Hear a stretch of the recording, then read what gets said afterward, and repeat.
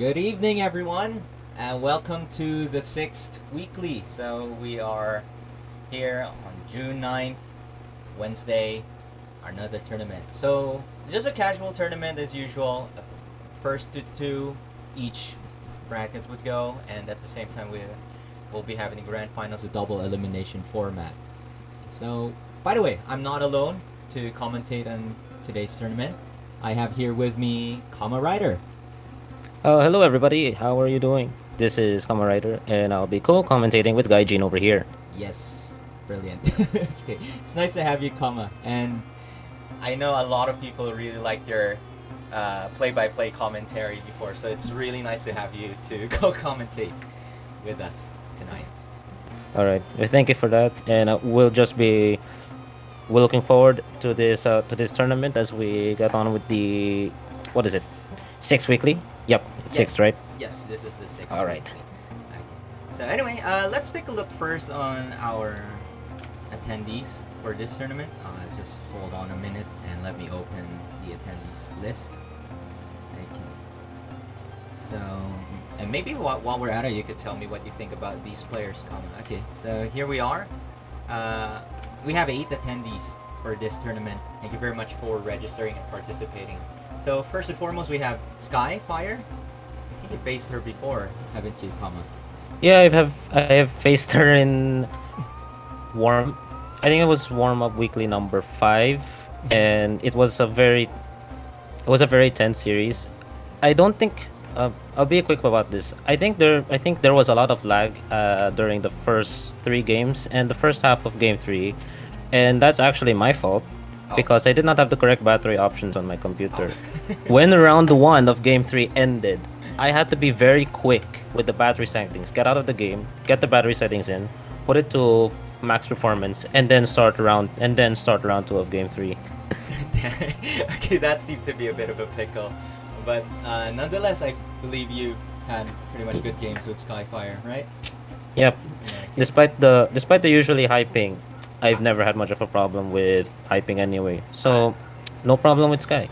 Yes, so just to let everyone know, perhaps the reason why a lot of people from Southeast Asia have high ping with Sky is because she's from East Russia, and we're very happy to have someone from East Russia in our community. It does have some connection issues, but it's not that big of an issue. Let's go. Anyway, we have next Kheydinss. Kheydinss has been very long member of this community.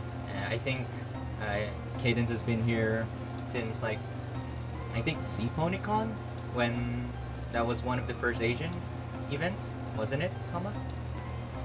I'm not sure. I haven't been long here in the community myself, but I might have seen Kheydinss. I was in SKYIE-FYIRE 2019, Mark Tower 2000.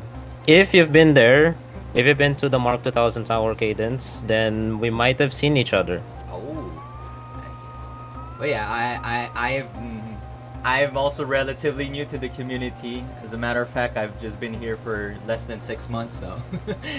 Celestia cosplay, okay. So oh wait, you're the Celestia cosplay. I think I have a picture of you on my phone then. Alright, but...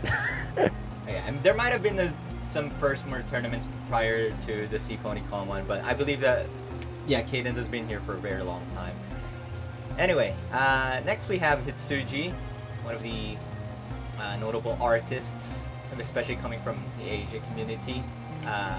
Speaking of which, the Tianho art you're looking at on the stream, that's by Hitsuji. So if you want to see more of his works, please check his Twitter, and he's opening commissions on June 10th, by the way. That's tomorrow, so look forward to that.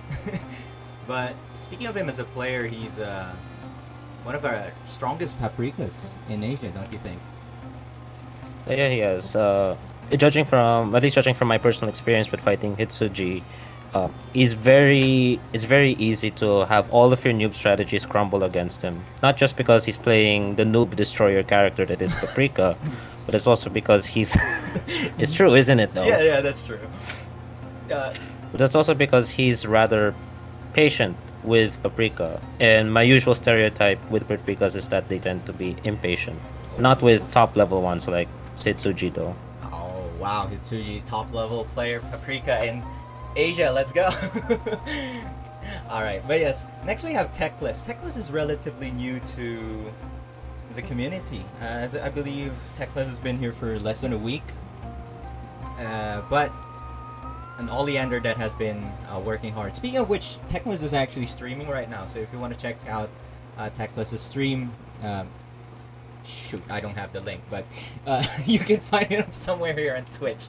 I'll probably link it later, but we don't know much about Techless yet, other than they're from Oceania, so we're eager to see how Techless will perform. Thank you, Kheydinss, for the link. If you want to see Techless's perspective, you can go ahead and check that. There's nothing wrong with having multiple streams on. I do that all the time. Alright, then we have Asterisk-kun.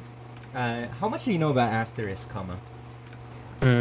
Nowadays I usually know him more from the Skullgirl scene, but right here, it's been some time since I fought against Asterisk, and it's pretty much almost clean slate. So It'll be like seeing him fight again for the first time. Okay, yeah, honestly I need to see more of Asterisk's performance here in TFH. Pretty much established in Skullgirls already, but I think he's really working on his shanty. So looking forward to see that. Speaking of looking forward to see, we have UmaAare, one of our players from Japan, and very active in TFH, playing it almost every day. So he's streaming right now. Yeah, the Oleander / Tianmo of the Rising Sun, if I say so myself. Yeah, I was about to open a link, but I just realized I'm already using this. Sure. If anyone has a link to Uma's stream, I believe he's streaming right now. You could put it on the chat, and then you can look at his perspective as well. Anyway, yeah, solid Oleander Tiano has been learning a lot from her players and also establishing his own style, as he's a long time fighting game player. So it's really nice to see his development in this game. Oh, and also, if you want to know how long, I think he 6 championships in one of those Marvel Capcom games, if I remember correctly. It was the Capcom versus SNK 2. Oh, okay. CBS2, yes. That was a game where he won 6 times as a national champion. I remember that correctly. Yeah, Capcom versus SNK. So he's been playing Grand Blue Fantasy as well, and Street Fighter 5. As of late, he's been playing the new Virtua Fighter. So if you want to see that kind of content, he streams that on the regular too. So check him out. Anyway, we have Zekira Drake. Okay, I want. I'm a bit anxious to make comments since he's here. Hi, Zekira. But yeah, Zekira is one of our very few Arizona players. Also the one who's been hosting our servers. Thank you very much, Zekira. Otherwise, we wouldn't have an Asia lobby. He's a very... Well, just ban him, then talk smack. It's a good idea. But yeah, Zekira has been one of the... No, actually, I need to know more about the lore, the Fauna, to be honest. I haven't been here for quite long enough. But yeah, Zekira is one of the really established members here and has been helping a lot of people here. Oh yeah, and I'm sorry, I just realized we've been spending a lot of time. Tailnic, nobody cares about Tailnic. Joking. Tailnic is one of the strongest Tianho players in Asia. Actually, I think technically the strongest Tianho player in Asia, so it'll be intriguing to see his performance tonight. Yeah, and he probably needs no introduction at this point, as everyone's very familiar with him. And speaking of which, introduction, I think we'll be seeing his play first against Techless. Ooh, a perfect candidate to experience this, don't you think, Kama? Alright. It was also the first time I'll be seeing Techless, so let's just find out. Right. So, yeah, anyway, I think we should get started with our games. Let me switch over to the scene for... Wait, where is my game? There we go. Alright. So anyway, we can get started now. Let's have Tailnic and Techless on the shrine. By the way, if you want to see the bracket, our viewers, this is the bracket. It's on the chat. You can just click the link and view it. No problemo. It's in progress. Okay, it's started. So yeah.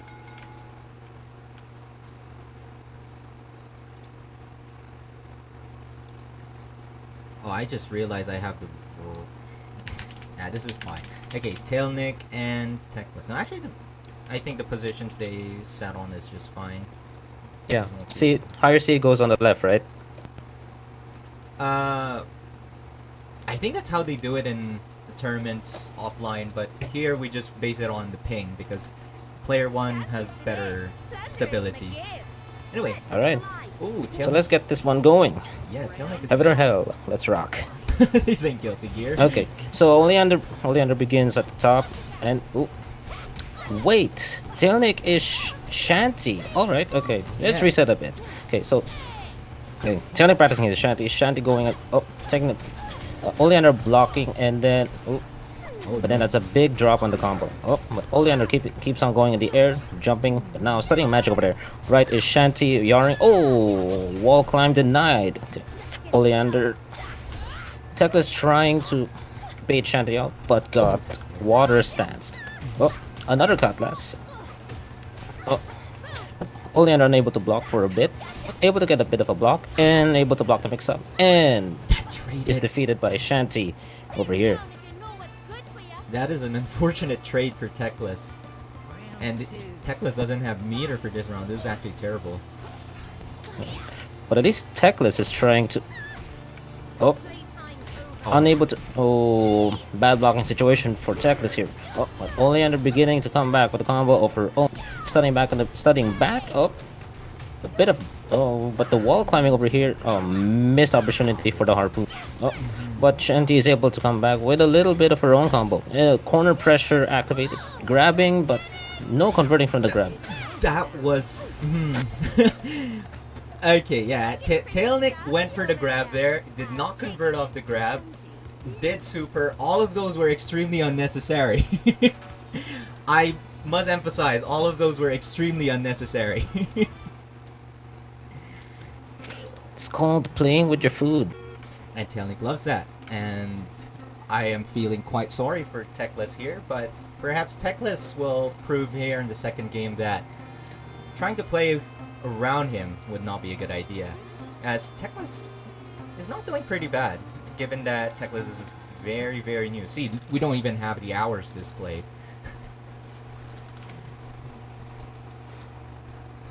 But yeah. But hey, it's an upset is never out of the table until it's gone. Exactly, and hopefully we see an upset. Did I just say hopefully? There's a biased commentary here. I mean, look, it's gonna be more exciting, right? We see Tailnic lose, that's exciting. And then he has to switch back to Tianho. We don't want that anymore. Alright, so we're going into game 2. And it begins with a bit of range. Shanty doesn't have any zoning material. But Oleander keeps on... Oh! He's able to block that one. Oh! His grab, but Shanty doesn't do much with the grab. Oh! Trying to run, but Oleander... No combos, but does much better than last game with some blocking and a bit of neutral, but no. Oh, a bit of more short combos from Shanty. Oleander stuck in the corner. Oh, it's another Cutlass. Yarring heavy. Oh, Oleander teleporting forward. Does not convert much, but oh. Bad blocking situation. Oh, wall climbing. Trying to confuse the enemy, but oh. Oleander trying to get in, but Shanty blocks, and Shanty punishes it with a mix-up Cutlass seed. Oh, another grab, but just for distance. Oh, and... actually in prime position for wall climbing. Walling. Yes. There was definitely some confusion going on there, as I'm also confused. Alright, oh, so a bit of launcher over there. Oh. Bit of overhead. So trying to magic near Shanty, and then Shanty grabs her. Oh, another grab. Backwards grab. Oh, no third grab for this one. And oh, Oleander going up. Oh. Oleander trying to get out of the corner. Oh, mixed up a bit, but Shanty mixes her back up. Oh, grab backwards. Another Cutlass. Oh, one hit, one poke. Launcher does not convert. Oh, another bit of... Oh, and a walling combo. Another grab. Another grab. Oh. A grab of Oleander's zone, but is way out of zone for this super shooting Shanty. That was a whiff grab punish, and that was absolutely disgusting to see. But yes, there we go. Tailnic takes the set 2-0 against Techless. Techless unable to adapt against Tailnic's confusing Shanty. Don't worry, we will do something about that another time. Okay. But anyway, Tailnic shall be advancing to the winner semi. For now though, we'll be having next for our set SKYIE-FYIRE and Kheydinns. Can we please have SKYIE-FYIRE and Kheydinns on the shrine? Kheydinns on the left, please. Okay, there we go. Looks like they're all set and ready for the fight. Okay, now we have some players that we're a bit more familiar with, and I think Kheydinns and... how do I put this? Kheydinns and Sky have traded a lot in previous tournaments. It's been pretty. Sometimes Kheydinns takes it, sometimes SKYIE-FYIRE takes it, so they're pretty much on an even footing thus far. And I forgot to change the scene, but that's okay. Now you saw me editing everything. And I'm really ecstatic to see how this will go. Although I'm a bit concerned with the unconnected. Connection is errored. Didn't put 5 frame delay. Okay. Okay. Oh, okay. Reconnect. So I think SKYIE-FYIRE disconnected to allow Kheydinns and herself to adjust the input delay because both of them forgot to do it. The ping is looking pretty good though. Is this real? Is this real? Yeah, I'm also getting yellow ping. They have 133 ping. Is this real? I don't think I've seen this before. Between the two of them. This is not normal. This is great. And this means that we're going to be having a really good match between the two of them. Because both players will be able to play a bit more stably. Would you think Sky would try out for Velvet here? Like in the warm-up? I believe pretty much Sky's on the go as of late has been Velvet, and she only decides to switch to Oleander, I think depending on the player or how the matches goes. Like I think she swaps sometimes after a loss. But here we go. Alright. You see Velvet. Okay, so we have Velvet on the right and Paprika on the left. Okay, so a few icicles at the back. Oh, trying to bring in a combo, but all blocked, mostly blocked. Oh, a cartwheel has been countered, and Paprika is now applying the pressure. Put up a combo, 13 hits. Okay, and now Velvet is learning, blocking and then countering that with a combo of her own out of the corner. Snowflake, icicle, miss, but that's a very decent combo. Up, Snowflake to keep Paprika out. Oh, icicle. Oh. Cartwheel hit, but the combo was blocked, and Velvet has a combo of her own out of the corner. Oh, the combo was not continued, but that's a lot of damage already. Oh, okay, Paprika trying to jump in. Oh, trying to get in somehow. But Velvet is making the best use of her time in the corner, mixes up, and then Magic D, Shatter B, and we're done with round 1. Yeah, that was unfortunate.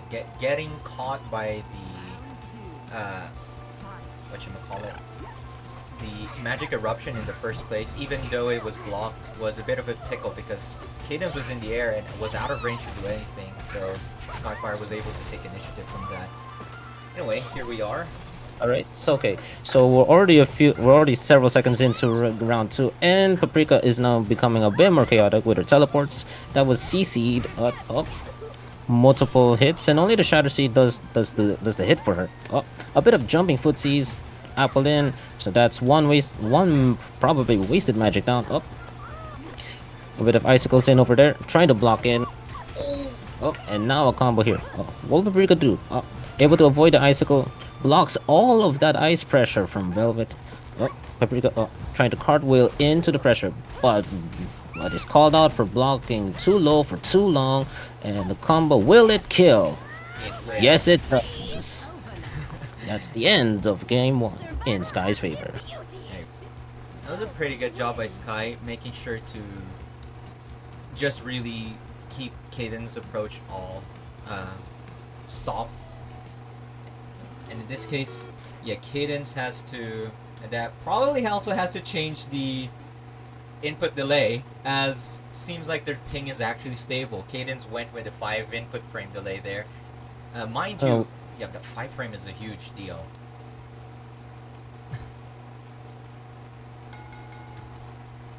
So I think both of them will be playing on 0 frame delay now. It might be possible. We might have the best match ever between these two. It's very rare, and I believe everyone should just take it at this point. Oh yeah, 100 to 150, yeah, 1 to 2 frame delay. Alright, we're going for some Ice Cream Velvet with some Pink Paprika, and we're going to start game 2. Up. Velvet backlashing, conventional strategy. Oh, and Paprika, and first hit goes to Velvet. Oh. Trying to, blocks the belly flop. Oh, and then here we go with Velvet's combo, kicking things off for real. Oh. Misses the Shatter B, but that's okay, because Velvet can start another combo. Oh, no, not enough magic perhaps, but Velvet is still trying to zone Paprika out. Gotta watch out for any surprise cartwheels. Oh, and Paprika tries to get him, but no, Velvet is making Paprika pay, and oh, anti-air to freeze. Oh, more snowflakes, and this is yet another. Oh, okay, another Paprika dead combo, and now we have Paprika actually dead. Yes. That one was for real. Okay, Kheydinns needs to adapt the approach here, otherwise, yeah, Sky would just back off and do proper zoning here. All right, let's just hope that the Paprika will do more than just run forward and to stop making Velvet pay. Nope, but no, Paprika is actually making Velvet pay for her, and now more corner pressure at the wall. Oh, Magi DP and the super has been blocked and dodged. And now Paprika with more combos and another cartwheel. Will she do another cartwheel? No, she does a super instead. Oh, Hard knockdown. no super 2 for now, but that's already enough damage. Okay, a bit of neutral, and oh no, Velvet is kicking in with her own super, and then we get to level 2. Let's see how Paprika handles the freeze. Oh, Paprika doing her best to block like crazy over here. Looks like And didn't wheel bother. out of freeze. Tried to tell the C, but that's been called out. Oh, the shatter aid to zone, and oh, Paprika blocking. Those push Oh, walls are and when able to avoid the snowflake. Oh, fruit has been blocked, and oh wow, finally Kheydinns gets in. Yep, the final worked out. I'm a bit concerned of Kheydinns' approach here because Kheydinns keeps super jumping in and push blocking. That actually just gives Sky more time and space to hit her with projectiles. So it's a bit of a problem. So far, it seems that Kheydinns is sort of doing well despite the health disadvantage. Trying to block at least. Okay, we got the belly flopping and then getting in with the combo. It's very lucky that Paprika has high damage output when it comes to these combos. And here you go. Here's another example of that. Yeah, Another corner combo. but not with the drop. Oh, magic deep blocked, and that's punished with another Paprika combo. Oh, blocking in an icicle from above, and that just contributes to a velvet combo. Oh, snowflakes from the behind. Icicle misses, but that's okay. Paprika trying to jump in, oh, and then belly flopping in. Oh, SKYIE-FYIRE, perhaps one interaction away from death. Oh, is blocked. Icicles do it in for in. Not that kind of interaction is what she needed. And that's dead. And dump all of your meter into killing off Kheydinns. That was really sad. That super attempt by Kheydinns was actually not very good for them, as that eventually led to the death. I think in that situation it would have been better if Kheydinns tried to play safe and just dash block in, but it is what it is, unfortunately. Alright. Okay, so we have Sky moving into the semifinals to face off against Tailnic. But for now, we have the rest of the round 1 for winners. And the next up will be Zekira and Asterisk. Oh yeah, Zekira and Asterisk. Oh boy. What do you think of them? What do you think of this matchup? Well, if I may be frank, definitely Zekira here will be having the advantage as one of the more established players in TFH. But I'd like to see how Asterisk approaches this, as I think there are very few active Shanty players aside from CAD and Asterisk in the Asian community. So Zekira might get surprised by some tricks that Asterisk has here. Alright. So, yeah, I want to see how this will go.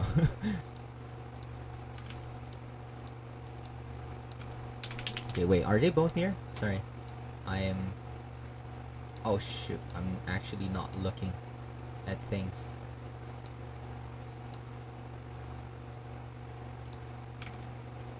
Where is Asterisk? That is the question. Let me just go ahead and ping them.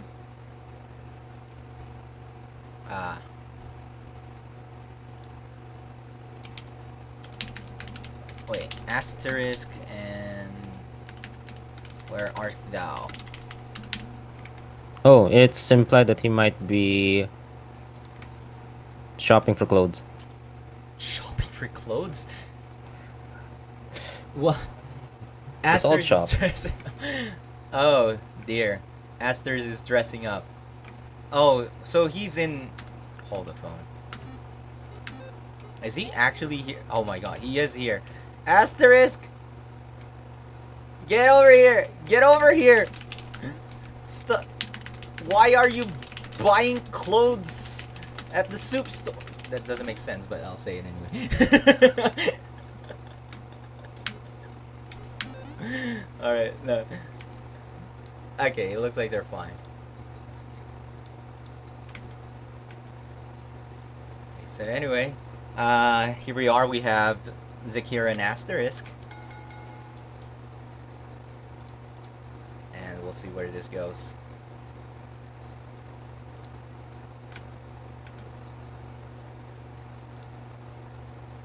Okay, let me just swap a bit over. Oh, Zekira's going with Palm and not with his main, which is Arizona. Is this a way to test the waters? Alright. And it is notable that Shanty is also a relatively new character for Asterisk. So here we go. Round 1 and a bit of jumping up. And then Shanty goes in with another combo inside. Okay, trying to corner pressure, but now Shanty is trying to pressure out of the corner. That leads to another damaging combo, Wow. and that's killed immediately. Yes, looks like Asterisk Shanty is on point right now, as that was a very quick round. That really wrecked Zekira's palm. Okay. And then Shanty moving in with going for the ground in the air, and ending it with a cutlass, and then another grab in the corner. But what do you think of grabs in the corner, though, guy? Grabs in the corner are actually not a bad layer in your pressure, or like one of your OK options, but keep in mind that grab damage scaling from grabs is actually pretty bad, so you don't want to use it too much. At the same time, it's also easy to miss because grabs are only like one frame, so not something you should always be doing. And we might be actually be seeing the consequences of that grab, because now that's translated much later into a combo from Palm. Oh, and now it's done Yeah. in Zekira's favor. Yeah, Zekira was able to take a round back. Asterisk had a very good tech roll there, but just moves in forward, not blocking. That was a problem. Jumping there is also not a very good idea, seems like. Okay, and after a round circle combo, we have 1 and 2 super up. Oh no! Now, Stop pressing buttons! Shanty, no! No! And it's over in 19 seconds. That was very, very quick. Indeed. This is why you don't... Yeah, in that kind of situation, you just have to stop pressing buttons. Get away from the dogs. Or at least try to see an opening where Palm is not in control of the dogs at the same time. At the same time, trying to approach you. And that's usually when palms are opened up. But the thing is, that's very hard to see. So I think it would have been stabler if just Asterisk just tried to get some space. Yep. Then you might have to answer what you do if you have a flying chopper dog, but I think we'll just have to wait and see for that one. Oh, I don't think Pilot or the chopper dog is used very often nowadays, as I don't think Zekira has used Pilot in the previous game, so we're not going to see it here as well, I believe.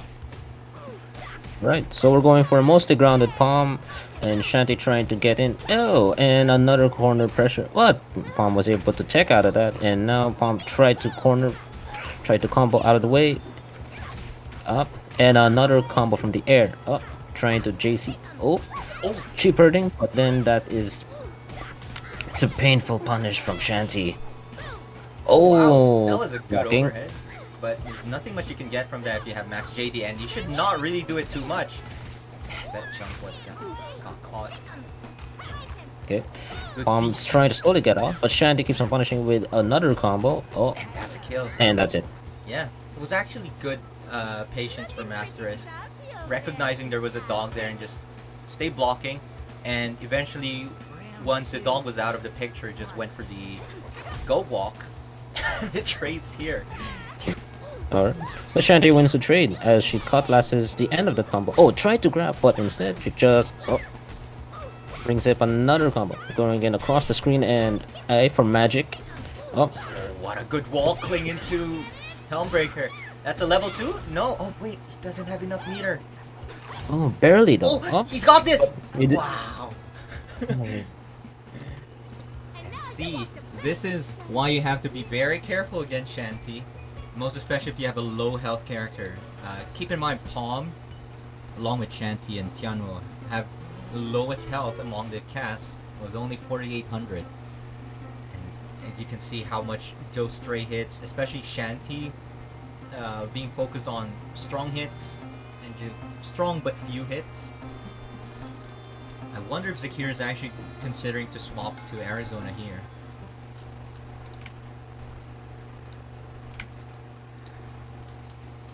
And we'll just get to see that that. Or perhaps Zekira will stick to Palm and maintain the challenge. Nah. Oh, no, no, no. Hey, Zekira's had enough. It's like your Shanty is starting to become a threat here. I have to play my true cards. Oh, but Okay. Asterisk. Oh, but that's a strong answer from Asterisk as he goes for the grab in the corner again.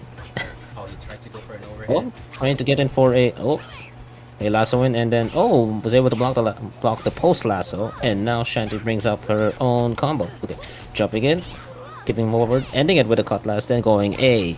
Oh, missed cutlass. Oh, Yes. was able to answer that. Oh, got mixed up by Shanty. Zekira's dead here!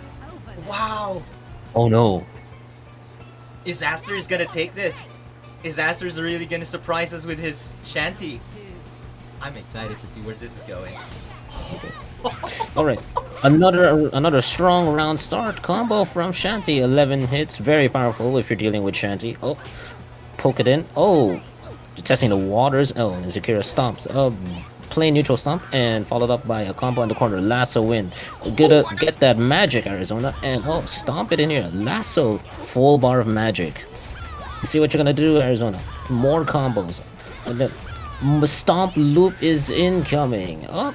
That is... Doesn't super, that's okay. Oh no, I don't think Asterisk should have went for that. He would have wanted that meter for the last round, and this is going to be problematic for Asterisk, as Zekira has 2 meter. He actually didn't do a bad job there, especially anti-airing the reset or the cross-up on Oki, but... Okay. And now it's a bit more even. Oh. I don't think that's even there anymore. Okay. So Arizona tried to get him, but Shanty is now trying to answer back. Oh, we got Super 1 and then a Super 2 by Arizona, and then Armor Dash, and then the combo continues. Let's see if Arizona... Oh, Drop, but... that's a really terrible reset. Okay. Just magic hit button. Okay, and Zekira gets it. But, dang, I really think that Asterisk did an overall pretty good job there. Just unable to secure it for the last game. And perhaps I think the fatal error there was using the super on game 2. Or at round 2. Yeah, let's give lots of credit to Asterisk though. Being able to take an Zekira Arizona to three rounds. Yeah, it's overall something frankly we have not been expecting. In any case, I think we can move on to our last game for the first set before we have our break. We have UmaAare versus Hitsuji. Can we... Where's Hitsuji? Actually, can we have Hitsuji on... Hitsuji's in already. left? I know Hitsuji's on Wi-Fi, but it looks like my connection with Hitsuji is better. Uma, right please. Okay. I mean, this worked out before. I've already tested this in the previous weekly, so I think this is the right call. Despite Hitsuji being on Wi-Fi, or mobile data, worse.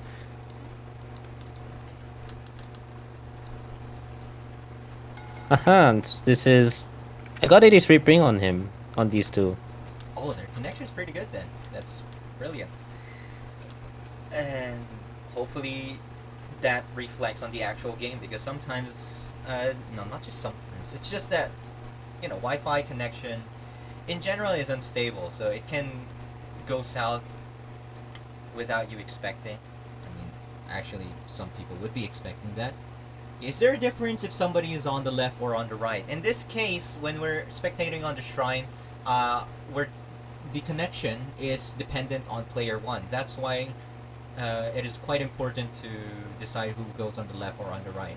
As if my connection with player one is stable or good, then the spectate will also be pretty good. Player two here does not matter much. Oh. But it looks like the connection isn't stable at all, as the game is lost there.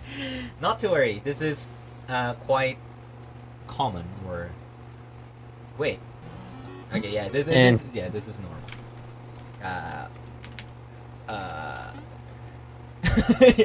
Yes, we wait. All right. So we have okay. If you get one more error like this, maybe we could have Uma on the left. Yeah, if it occurs again, perhaps we'll have to move Uma to the left, as even though my connection with Uma isn't the best, he definitely has a stable connection. I mean, he is streaming, and he's in Japan. Those are two factors that can easily tell you that the connection on his end is fine. I'm just concerned, like, maybe the game will slow down or be a bit janky if we put Uma on player one. That's why I'm deciding to put Hitsuji on player one. Regardless, though, whether Hitsuji be on the left or on the right, this will occur anyway. But yes. Okay. I think an off-screen match has already occurred. Has it? Or not? I'm not certain. Yeah, but yes, we are waiting for Hitsuji. Is Hitsuji okay? Has anyone... Okay, Hitsuji has joined the chat. Okay. Well, yes, he is on his way.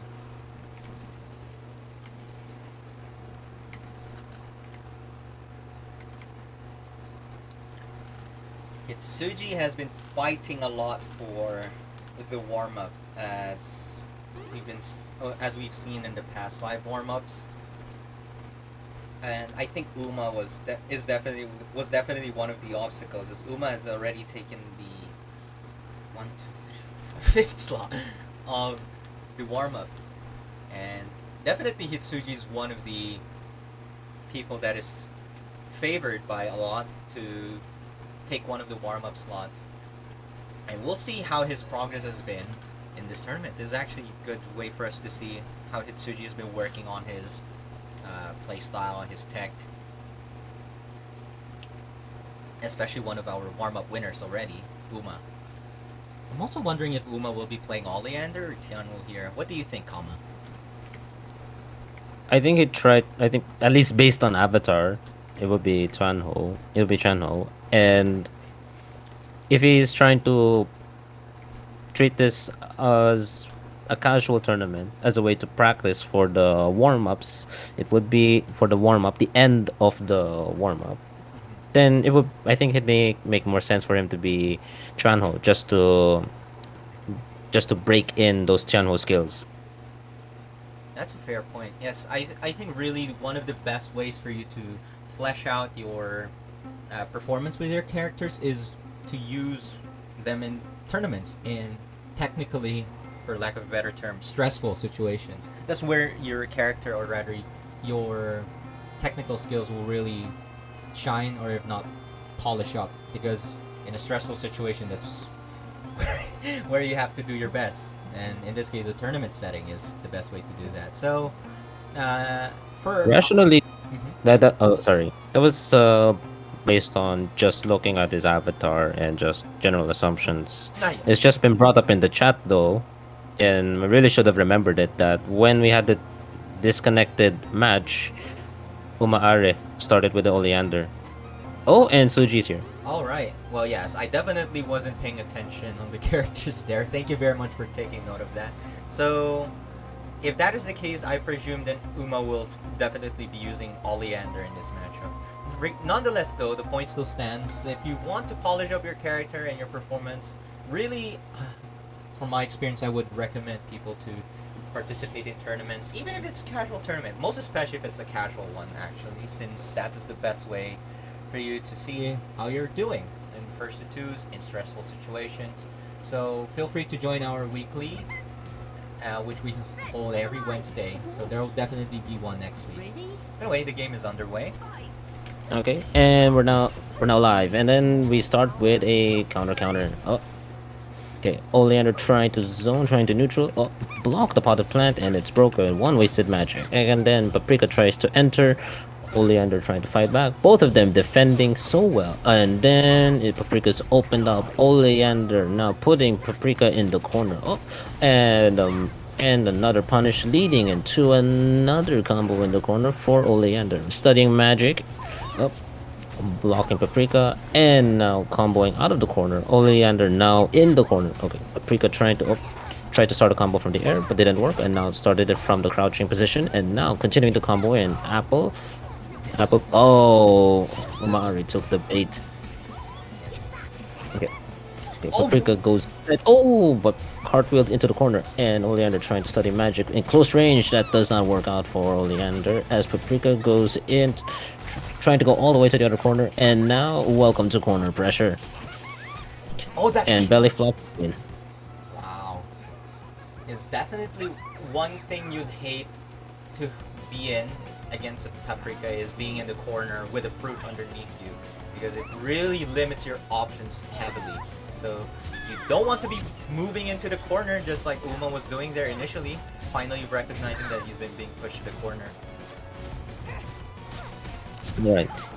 As round 2 is underway, Oleander trying to bring on some distance. Oh, studying in the corner, a bit dangerous, but is able to block in time. Okay, overhead on the way, and then it's another combo ending with smite. Oh, continuing after smite, and then super 1. We get to super 2 with Fred, and let's see if Hitsuji is able to block through the entire ordeal. Okay. Oh, tried to punch, but that didn't work. Welcome to perfect. Yes, that was great by UmaAare. I was a bit concerned there. Probably one thing I would consider if I were in Uma's shoes was to conserve my meter, but then again, taking chances against a Paprika, especially a player like Hitsuji, might not be the best idea, so perhaps that was the right call, and he's doing fine here. Oh, belly flop to catch Oleander in the air. Oh, is it gonna work out? Okay.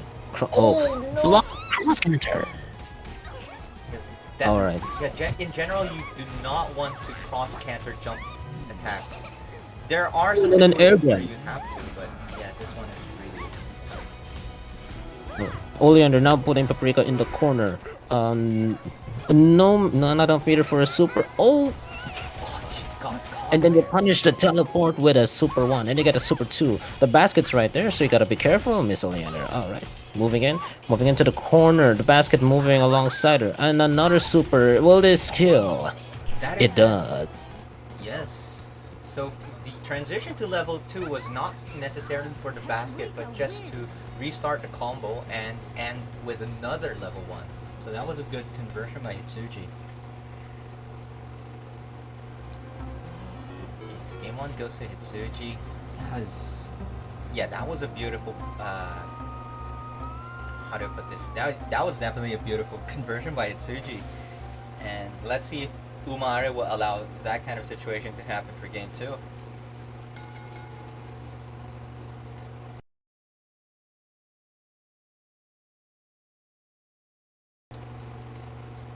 There is also a chance that maybe Uma would switch Tianho. Maybe it's not working out. Maybe Tianho is the answer. I would say Tianho is always the answer, but UmaAare disagrees. And here we are. We're all proven wrong tonight. Alright, okay. Paprika just running up, and then Oleander trying to zone Paprika out, teleporting backwards. Oh, testing the waters, trying to poke. Oh, grabbed.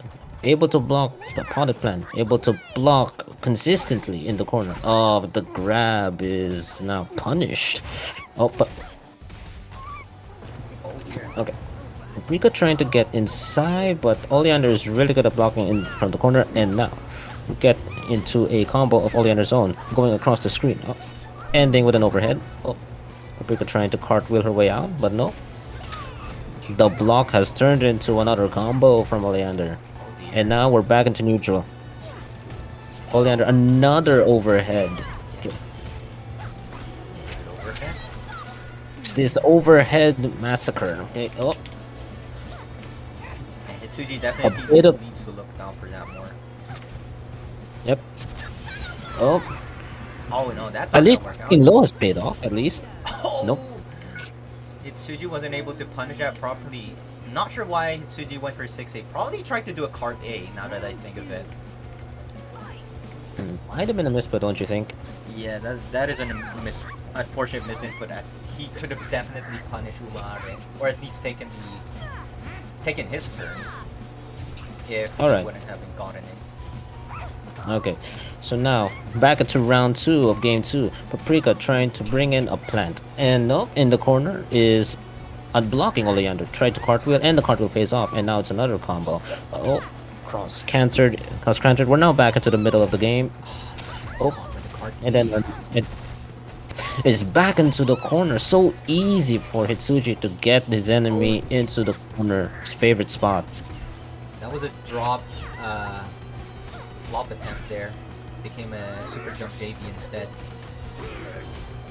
Let's see how long Suji can hold on to this as Oleander keeps on comboing Paprika. Oh, teleport to the other side, and then way back into the corner. Oh, Oh no! Uma was ready for that. The epilogue catches Paprika there. alright. It's now beginning to get a bit more equal here, but let's see. Oh, Finds the old gap. Yes, keep in mind that is not a true string. 2C into 6B is not a true string, so you can actually punish that. Even just with a 5A actually works well, but that was a perfect one. okay. Alright, so a bit of blocking on both their parts, and now Oleander's open up and Paprika has to get into a very long combo. Oh, but now it's gone, and Oleander now answers back with her own combo up in the air, continuing with Smite Launcher, and then Super 1, we get Super 2, Fred in the air. Okay, what do you think are her options here? Oh, Well, Uma definitely should not have allowed that to happen with Fred out. But, okay, it seems like Uma's still fine here. alright, okay. Oleander in the corner. At least there's Fred to alleviate some of the pressure, but oh. Okay, The Fred definitely Paprika helped out the hasn't. Uma. alright. Okay, no meter left for Oleander, but Paprika has all the meter. What do you think is gonna happen? This is going to be a level 2, and I believe Hitsuji might try to go for a reset setup here. Yes, and he will do it. The basket Oh, setup, that is it's- deadly. Something we've seen from Hitsuji quite a lot as of late, and that was definitely what I was expecting to see. I think other notable Paprika players have been doing that too, like Dem. Yeah, Dem is also in the Twitch chat, by the way. Great job by Hitsuji there with that setup. Worked out perfectly in his favor. Easily kills UmaAare as Uma was not prepared to block that mix. Alright, so that is 2-0 for Hitsuji, in favor of Hitsuji. A lot of already intriguing matches for the first one. A bit of a 2-0 there. Even though a bunch of 2-0s, a lot of them were very interesting. Let's actually take a look at the bracket just to see how where we are right now. Okay. So we're done with the first round of winners. We're already moving to winners semi on the next set. Off stream, Techless and Kheydinss had their match, and Techless has been eliminated from the tournament. Not to worry, Techless, we are very much aware is a new player, but this is a valuable experience for him. And hopefully we'll see more of Techless in our following tournaments. But that means Kheydinss advances to losers round 2. Asters and Uma will be having a bout at each other, and they can do this match off stream. Keep in mind again, for all of our participants, if your match is not listed on stream, then please go on ahead and have your matches underway. So, anyway, we'll be taking a short break, 5 minutes, and we'll be calling everyone back afterwards, continuing with Tailnic versus SKYIE-FYIRE. Okay, so don't go away. We'll be right back.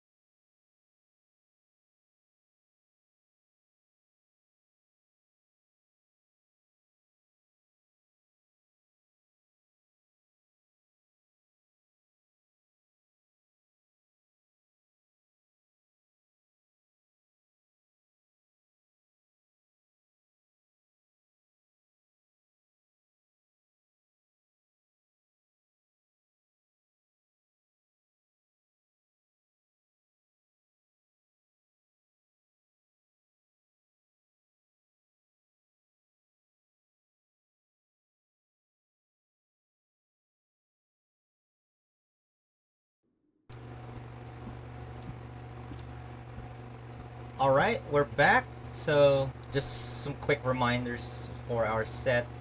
We'll be having 3 games for this set. We'll be looking at the winners semi. We have the 2 brackets here: Tailnic and SKYIE-FYIRE, Zekira and Hitsuji. And then we'll be having 1 game from the losers bracket, which will be bracket M, the loser of E, which is the loser between Tailnic and SKYIE-FYIRE, versus whomever wins between Asterisk and Uma, which their fight is already underway, so we'll see that in a bit. But anyway, I think that means we can proceed to our games. Let's call on Tailnic and SKYIE-FYIRE. Tailnic to the left, Sky to the right. Let me also just ping them on Discord.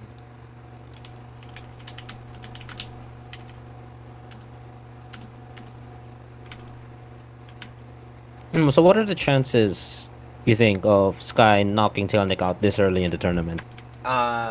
Frankly, not very high, as we know Tailnic is already the best performing player in Asia. However, we did have the free for falls last time, and SKYIE-FYIRE actually took the game or the set against Tailnic, so definitely not out of the picture, and hopefully we're going to see that happen here. So it can most definitely happen. Who is this? Hi, we're having a tournament.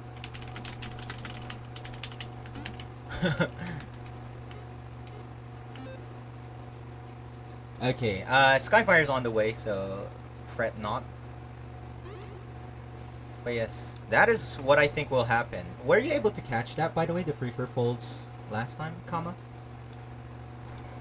Not really. I wasn't able to catch that, sadly. Oh, we weren't able to catch up. But yeah, actually, one of the most interesting things that happened there was that SKYIE-FYIRE was able to take the set against Tailnic. So she won 2-1 against Tailnic. And most especially, Tailnic lost with his Tianho at the end there. So yes, definitely not out of the picture for SKYIE-FYIRE to take this set. But I think everyone's expecting that Tailnic will be in favor, on the favorable one here. Oh yeah, and we have a rando spectating as well. Can't really do anything about that. We can move to the next shrine if they still try to stick out. Or send them the link to the Discord. Speaking of the Discord, thank you for mentioning that, Rich Dimon. If you guys haven't joined the Discord server yet, there is the link to the Discord. And feel free to hop on if you haven't joined it yet.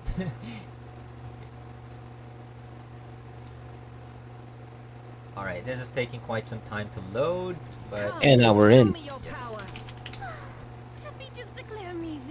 Yes, we are in. Tailnic with his Tianho versus SKYIE-FYIRE with her Velvet.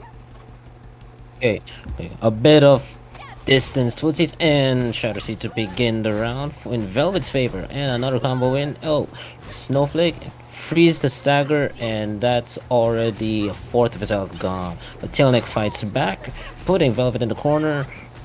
You continuing on with more aerial combos, and then bam to the ground. Oh, then cross counter out of the way, out of the corner. Oh, but unable to convert to something useful out of the cross counter. SKYIE-FYIRE now being bodied down. Oh, okay, trying to find. Oh, stray Snowflake catches Tailnic. Unable to capitalize much on that though. Oh, Tailnic trying to pressure in. Oh, let's see if Velvet is able to block it. Cross countering out of the way. Oh, gets caught by the volcanic dash. In that situation, you just want to really wait for Tianhu to drop down. But then again, it's really hard to tell, especially with the way Tailnic moves. Oh, that dirty cross up though. And Tailnic takes that first round. A match well fought, Nasty, but not well enough. but works out very well. Round 2. Okay, on the way to the next one, and oh, Snowflakes. Nope, no Snowflakes here, just blocking. Oh, There's no Snowflake. Tailnic trying to cross up. Oh, caught out with a Shadow Seed. Oh, Velvet trying to cross up Tailnic at his own game. Oh, that was a good stagger. Okay, a bit of blocking, a bit of patient waiting. Blocking was not able to convert a volcanic dash, but it's not able to convert out of that one. Great. Another volcanic dash wasted. Velvet slowly walking back to the corner, trying to. Oh, bad Shatter Sea. Another bad Shatter Sea. Yeah, I Okay. don't think Punished with it. Yeah, I don't think Sky should have been going for Shatter Seas a lot there. Probably wanting to kick Tailnic off of the air, but Shatter Sea really isn't the best option there, as if it whiffs, you're in a long recovery state. Might be much better to just use Snowflake or Anti-Air, or try to, you know, get some space by dashing out. But I know it can be really tough in that kind of scenario. But with that, Tailnic takes the first game.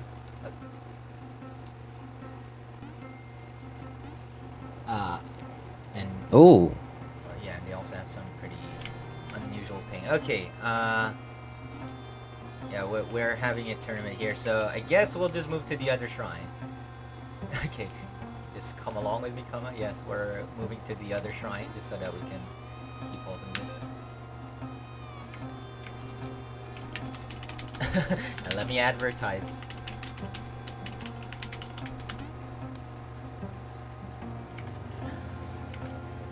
Okay, so yes, one of the things that Sky is also mentioning as an issue here is 200 ping, which is definitely going to be problematic and affecting the playstyle or the approach of both of these players, as with, how do I put this, with Tianhuo's janky and rollbacky air dashes versus Velvet's unreactable overhead with this kind of ping.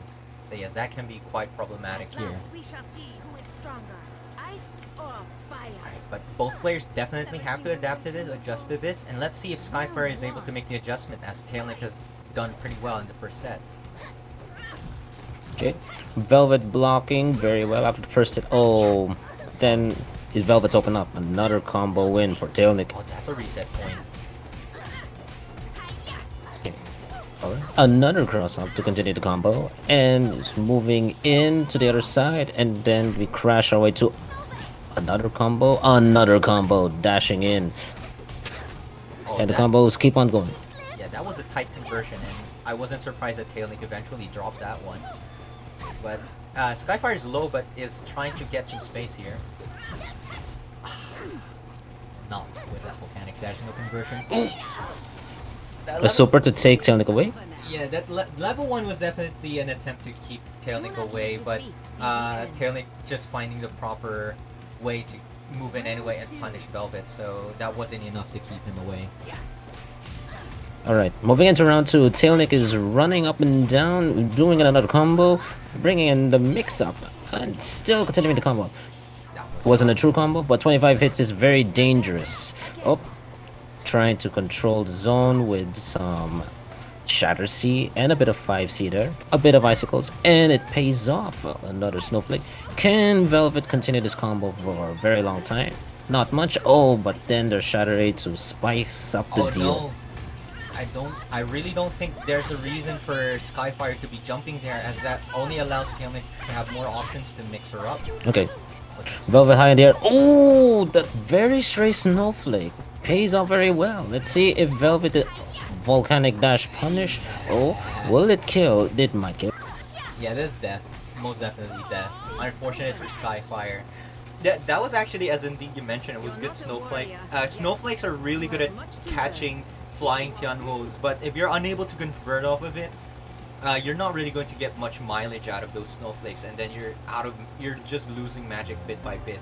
So Tailnic capitalizes on that and just abuses volcanic dash in this set. With that, SKYIE-FYIRE is kicked to the losers bracket. But not to worry, that means SKYIE-FYIRE still has a chance, just have to crawl her way out of it. Tailnic shall now be waiting in the winners finals. And we'll see in the next set who'll be facing Tailnic in the winners final. We have Zekira and hitsuji for the next one. So could we please have, I think they know the drill. I don't really need to spell it out. Zekira on the left and hitsuji on the right, both from the Philippines, and both commentators also from the Philippines. Proud to be Pinoy. Joking. Okay, but yeah, let's go. I bet Palm wouldn't be played here. What do you think about that? Oh, okay. Yeah, no palms here, definitely. Both players will go straight to their mains as... I think that's a wise idea. Both of these players are very strong, very established, and these two players know each other very much. So, it probably won't be a great idea to play off of their mains. And really the best way to go around is play your best. Alright, with round 1 on the way, here we go. A potted plant to continue and end the combo. Oh, Zekira in the corner was able to take that grab. Oh, lasso missed, and it's a bit of... Oh, wait. Paprika entering in and then translating that into a really... Oh, was blocked, it was dropped. Oh, but then Paprika continues with another combo. Bring it down to the corner, sort of bounces the other side. Oh, armor dashing her way back into the game is Arizona, but the combo has been dropped. Oh, comboing in the way. Oh, okay. Oh, wow. And now we're comboing across the world. I really like that idea of Zekira using the lasso to, even though it removes Hitsuji off of the corner, actually puts Hitsuji on the fruit and was able to keep the pressure because it removes Hitsuji's option to use A. And that's how Zekira maintains that pressure. Well done. Round 2. Alright. Let's see if Zekira can keep it up for this one. Oh. A good way to start round 1. And then another way to continue it is to do a combo with a lot of lassos in. Through 3 magic for Arizona. Yeah, this is looking pretty good for Zekira. He might have missed that meaty earlier, but nonetheless, Hitsuji finds his way around anyway, so this can be problematic. Right? Paprika trying to cartwheel her way.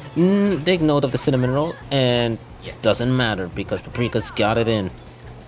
Oh, Yeah, actually, grab to continue the combo. yeah, that cinnamon roll was able to really keep Hitsuji under pressure, and Zekira was caught by that. I'm not sure about that Ooh, it's one. really punished. Yeah, that was a huge risk by Hitsuji, and I'm not really sure if that was even a good idea, but Oh, it just wasn't enough time. and that's how you punish a super with a super. I was actually somewhat expecting a wake up super to work there, but I guess it wasn't a true reversal, and Zekira was able to recover in time and make a punish of his own. Zekira takes first game. Yes, Mother stinks. Exactly. Might to tell everyone something we don't know.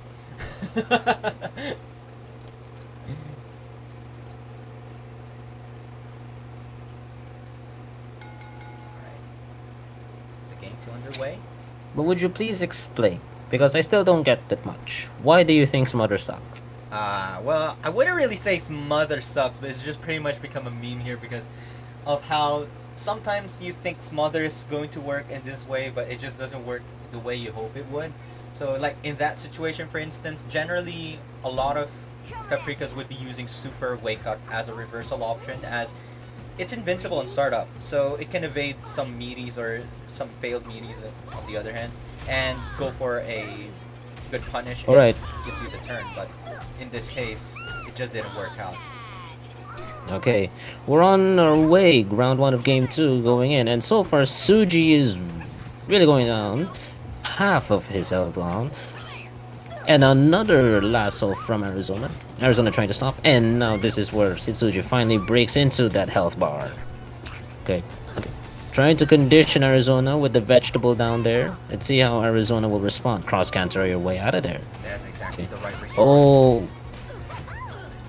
And now back into the vegetable corner, and now you've got fruits, but now Paprika's in the side of the corner with the vegetables, and okay, and that's how you start a combo right out of nowhere.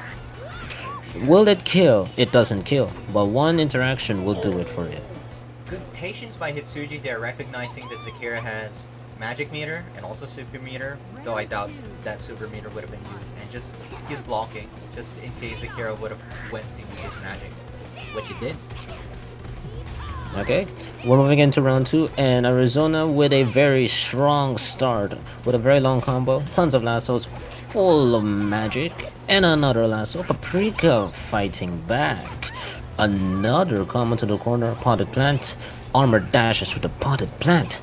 Another lasso. Oh boy. I mean, you pretty much know an armor dash is gonna come in sooner or later.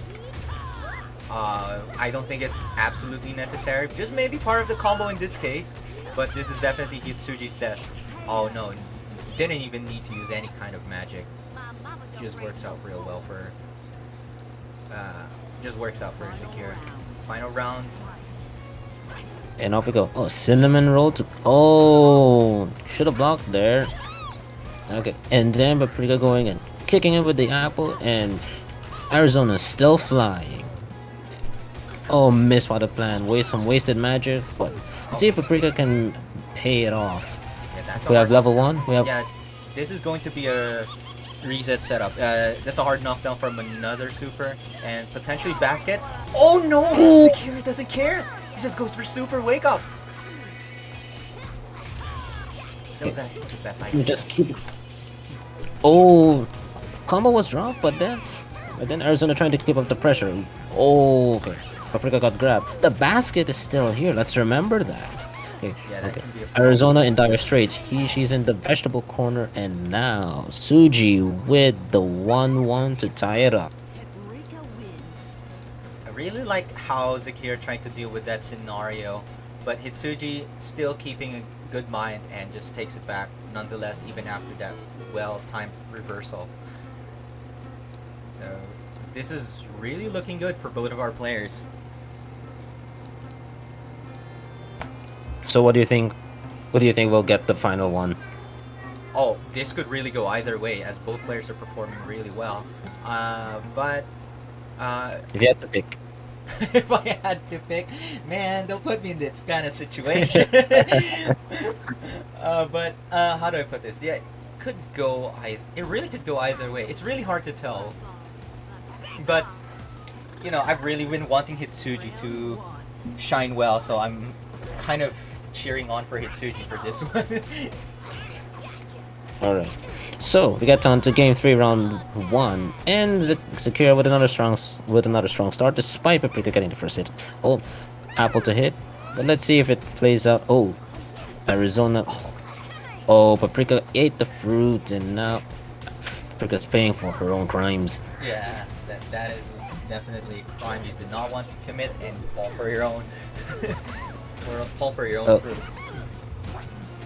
Okay, Paprika in the corner with the potted plant. A bit wasted, but she still has a lot of magic left. Cross cantering inside the corner. There's the grab. Oh, that is a whiff launcher. I'm not sure what Hitsuji was trying to go for there. Ooh, an elbow punch by a Teledi, and that's how you get into the corner with some floofy Paprika. Oh, that's not the kind of tool that you want to come out. That's the situation where you don't want Flower Pot to come out. No punish by Zekira. Oh, but he's able to take it away from here anyway.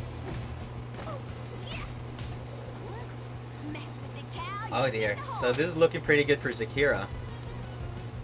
But keep in mind, this is still a Paprika. Paprikas deal tons of damage. Paprikas are the most capable of doing comebacks. And again, that goes the same for Arizona with her level 2. Okay, alright, and then Arizona still kicking it up with a lasso filled combo. Oh, we have 2 magic for Arizona. Oh, and now it's down to 1. A stomp, and then you continue that with another lasso. Oh, that's full of magic, and now Arizona is in a prime position to get this game, as she can just armor dash, but no, Paprika answers back, trying to come back from the dead, trying to grasp a victory from the jaws of defeat. Oh, cross canter in the corner. Just misses those meaties all the time. Magic dash out. Oh, but then you let lasso to the other side, and is that gonna... The tree other stunts, but Hitsuji still has this. Would you? Easy? Super? You can... Could the super happen? Yes! Yeah, he needs to go Does for it the kill? Super. It will. Oh, Doesn't what? kill. It doesn't! The scaling is Oh, horrible! No! Hitsuji! No! Just so unfortunate! Oh, boy. No pressure from Hitsuji, just... that was... Oh my goodness. That's some absolute robbery on Zekira's part. You gotta call the police for that one. Oh man, someone call the cops. We're banning Zekira. But nonetheless, well played by both players. That was really, really intense. really unfortunate for Hitsuji's end. All he had to do was maintain the pressure. He said he's not even mad. That was funny. Okay, that's good to know. Everyone's having a good time. Okay, but it is what it is. That's just how it goes. Anyway, yeah, someone's gonna clip that for sure. We'll have to move. So that wraps up the winner's side. Well, at least for the winner semis, that means Tailnic and Zekira will be facing each other in the winners finals. Something that people have seen plenty of times already, nonetheless. But we're going to be seeing one match from the losers bracket. Let me take a look again at the bracket because I've forgotten who's fighting. Okay, we're going to be seeing SKYIE versus UmaAare. So this is a match that everyone will be looking forward to. East Russia versus Japan. Then we have UmaAare left versus SKYIE. They seem to be having a good chatter on that matter. But yeah, he doesn't feel bad. That's good to know. But I just don't know. If I were in that situation, like, man, that stinks.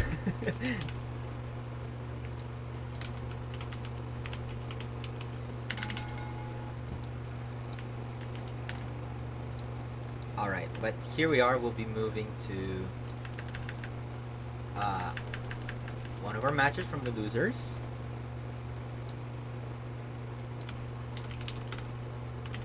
And then we'll see who will be able to move towards the loser semi. And then we got a Dark Shadow Oleander versus Blue Dragon. Alright. SKYIE with the first hit, UmaAare playing as Tianmo, and on we go with Oleander making moves with a combo, trying to set up with that orb. Oh, Tianmo was able to block pretty well for that one. Oh, overhead, and then zoned out. Tianmo far away, now near in the corner, and Oleander unable to block, and then getting juggled here. And then we get to crash down back to earth, and then Oleander trying to block. And nope, it still doesn't work. But the combo was dropped. Oh, and then Oleander brings up another combo, starting with launcher, smite, and then bounce on overhead to end the matter. Oh, that's one way to get your firecracker down.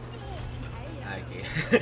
And yeah, with that, just SKYIE-FYIRE just shuts that attempt down, and is in a pretty good spot here. Has enough meter, potentially will be getting Fred for this round, and if not for the third round, if not able to take this one. Alright, able to convert out of the bounce, and then Tianmo was far away. Oh no, that's very unfortunate. An unfortunate slip. Not to worry, everyone has. I don't think anyone from Asia has not mistaken calling Tianmo Tailnic, as yeah, Tailnic is just really very notable Tianmo player. Alright, anyway, moving back to the actual Tianmo that's on stream right now. UmaAare just finished a nasty combo in the corner. Okay, and then another combo in the corner. Just up and down, just trying to sweep in, and then another aerial string, and then super one, and then down. SKYIE down to her last sliver of health, still trying to fight back, trying to regain the upper hand here. Oh, trying to zone with the Dark Orb. I like this idea for SKYIE, not expending too much of the meter, because yes, just one straight hit and SKYIE would have lost that. Some people would go for a Fred in that scenario, which I think is very risky, as there's still a third round to go with if you potentially make a mistake. Okay, we're moving on to round 3, and then going back down to earth with another Tianmo combo for Oleander. Oleander unable to block for now. We're now down to almost 50% of her health. We're down to super 1, and then she's back down. How will Oleander respond? Blocking. It's the first step. No. Another. Uma can go for a hard knockdown here, not for if he drops though. Ooh. Okay, Oleander has 3 meter, and then Fred's out. Okay, SKYIE-FYIRE is better. make use of this entire Fred opportunity. Okay. It's a bit What do you think laggy. are the legitimate approaches here for Chano against Fred? Honestly, if the Oleander's not really doing anything, just backing here, in this situation, there's really no good reason to approach here, as you're not getting damaged. Fred timer's running down, but if you find an opening like that, that is actually a good approach. Do not let defeat So, be the end. yeah, I think Uma just did the right approach in that situation, and that's what you should be doing in that kind of scenario. Though I think in my case, I would be much more passive in that if I were in the Tianho shoes. If you have Fred out as Oleander, I think that's where you should be taking a bit more offense, or if not setting up epilogues. But yeah, I think one reason why both players were hesitant anyway was because of the ping. It was lagging a bit for a few moments there. You walk a dangerous road for Zekira. Let's get to game 2. UmaAare having the upper hand here in the entire set, but there's always a chance for Sky to get it in anyway. So, a good start, a good recovery for SKYIE-FYIRE in game 2. Multiple combos in for this one. Oh, trying to smite her way into another combo. Oh, block channel trying to get into the air. Oh, These approaches or these attacks by Uma are kind of a bit too desperate. Just super jumping, air dashing JC too many times is not really going to work out. As we're seeing, it's not really working out well for Uma there. And this is a good idea for Sky, trying to take as much meter, as she mostly got the round based off of a lot of stray hits, so not a lot of meter for both players. right. Moving on to round 2s. Oleander still moving in with the a bit of lag. It's not stopping the orb from trying to contain Tianhu. Oh, got hit, but nothing much comes out of that. Epilogue to try to keep Tianhu away. Oh. And then Tianhu is indeed kept away. Into the other side of the room. Oh, the epilogue's gone, and that's just in time for Tianhu to kick in with another combo. Hard knockdown. Catches the backdash. Oh, didn't crash. Oh, but she's able to block the teleport. And Tianhu does another combo in the corner. And let's see if she wants to do a super. Well, yep, she Oh does. wow, that was maximum with a bash. That's something I definitely would not go for. Extremely risky. Okay, orbit in, and then another combo against Tianhu out of the corner, and now things are looking dire for UmaAare right over here. And now we have Fred out. SKYIE-FYIRE just wants to end this game already so she can have it all equalized in the set. Okay, Players moving. trying to grab. Oh, Uma's idea there was a 6D in. Not really the best idea with Fred out, but you can get some catches off that. But Oh, yeah, a hit from the back of that volcanic dash, and now that secures SKYIE-FYIRE the win. yes, SKYIE-FYIRE playing to her name, not allowing herself to be hit by an attack from the sky with a fire by Tianho.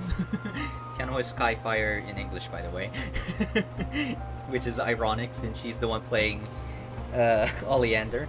But yes, volcanic dash completely denied there. SKYIE-FYIRE able to take it back, and now both are pretty even in the scoring. You're here to wait. I think there's been better control for Fred. The difference has been stark between game 1 and game 2 about Fred's performance. I've heard it all before, and I'll prove you wrong.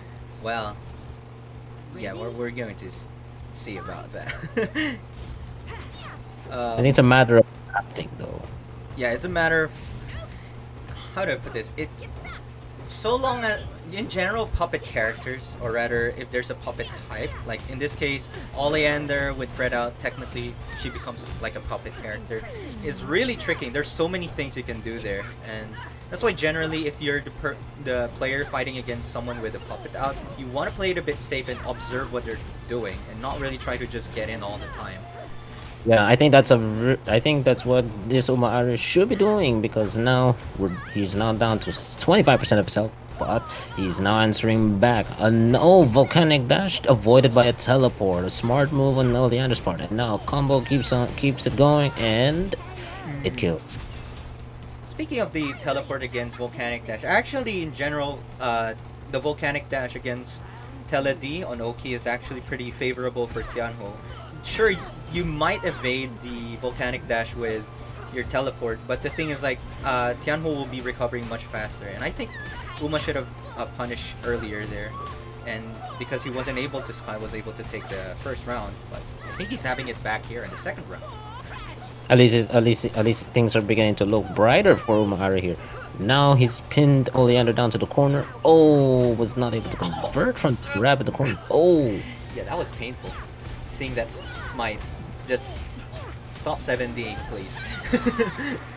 and Fred is out. Sky just wants to end the entire set right now. Let's see how Tiano responds.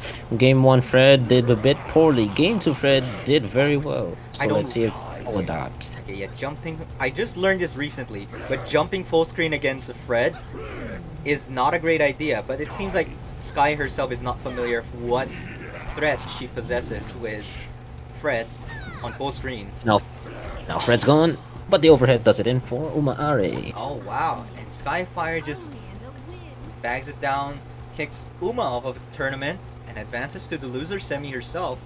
Great performance with her Oleander, just denying that Tianhu overall.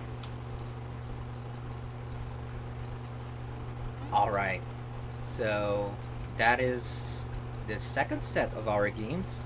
Hold on a minute, let me just update the bracket scorings a bit because I wasn't able to update it. My bad. And is there a score report? Yeah, okay. Just give me a minute or two. Because I need to update the bracket. You know, I should actually just show it on stream as well because everyone's going to be looking at the bracket anyway. But if you want to go ahead and look at the bracket ahead of yourself, there's the bracket link. It's already on it's on the chat if you want to take a look at it yourself, but I'll be showing it just right here. 2 seconds please. There we go.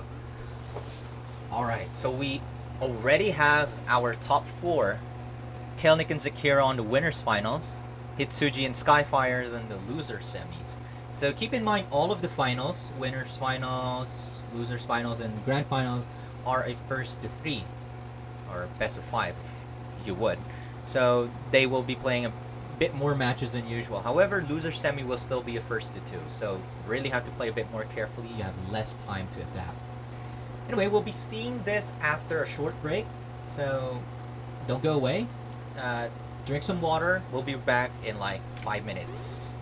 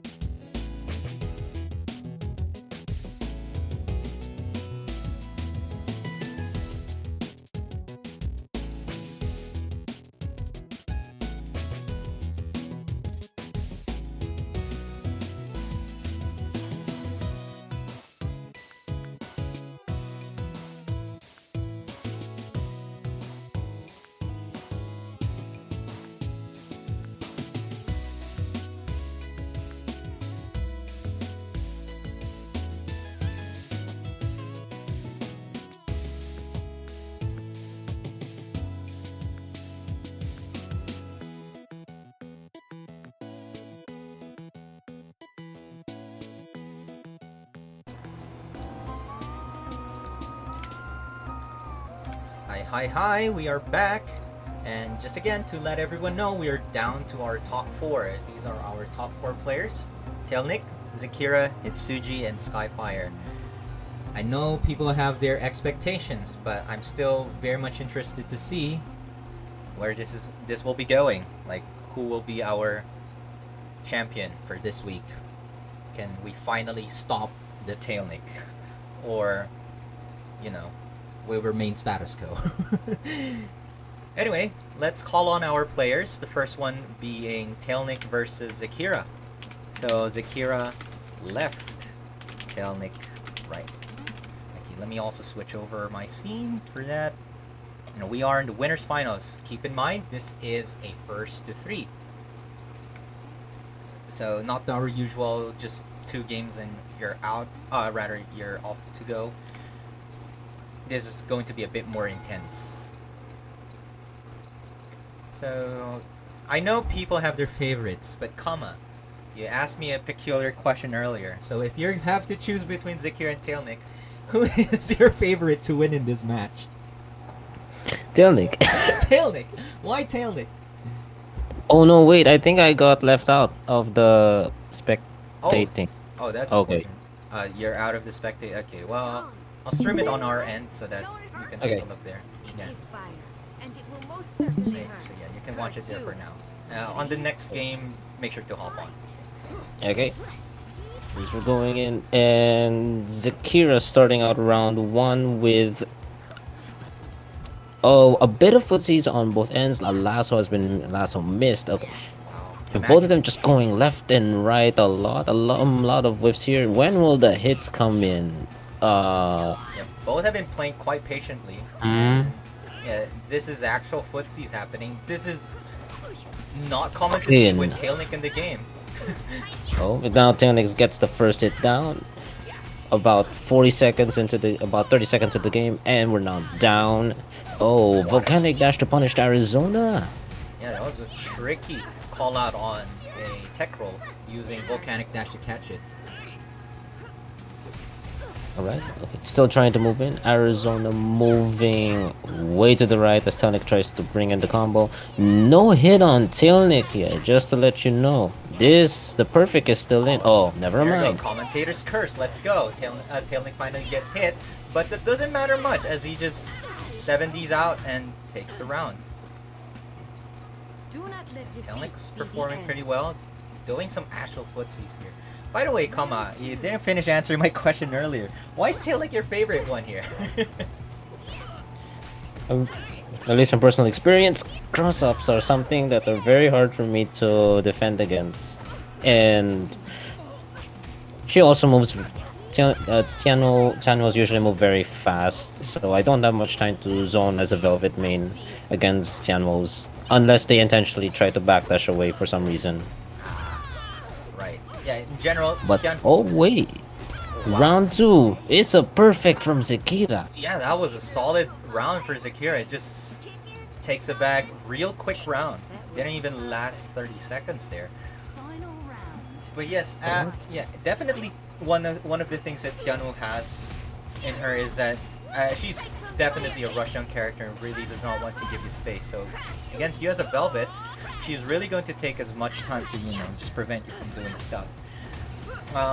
Well, against another rush-on character though, it seems like when it comes to Tailnic, it's just about seeing who inputs better, inputs faster. And at least for now, Tianho under Tailnic is just, well, a perfect is still in the books. A volcanic dash in, a bit of a miss neutral, but then you get the KO. Yeah, and definitely just Tailnic. After Zekira takes a perfect off of Tailnic, Tailnic just responds with his own perfect for the that last round of the first game. Okay.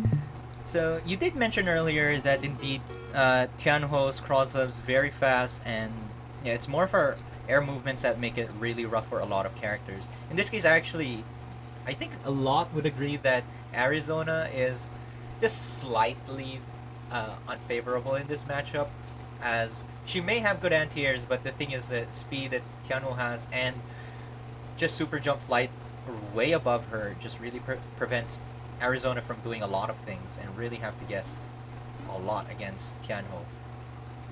Anyway, Kama, have you hopped on the shrine? Okay. Yeah, I have the popcorn ready. Okay, brilliant. So yeah, something that Zekira has already recognized and acknowledged in this kind of matchup. So we'll just see if he's gotten Tailnic figured out on this one.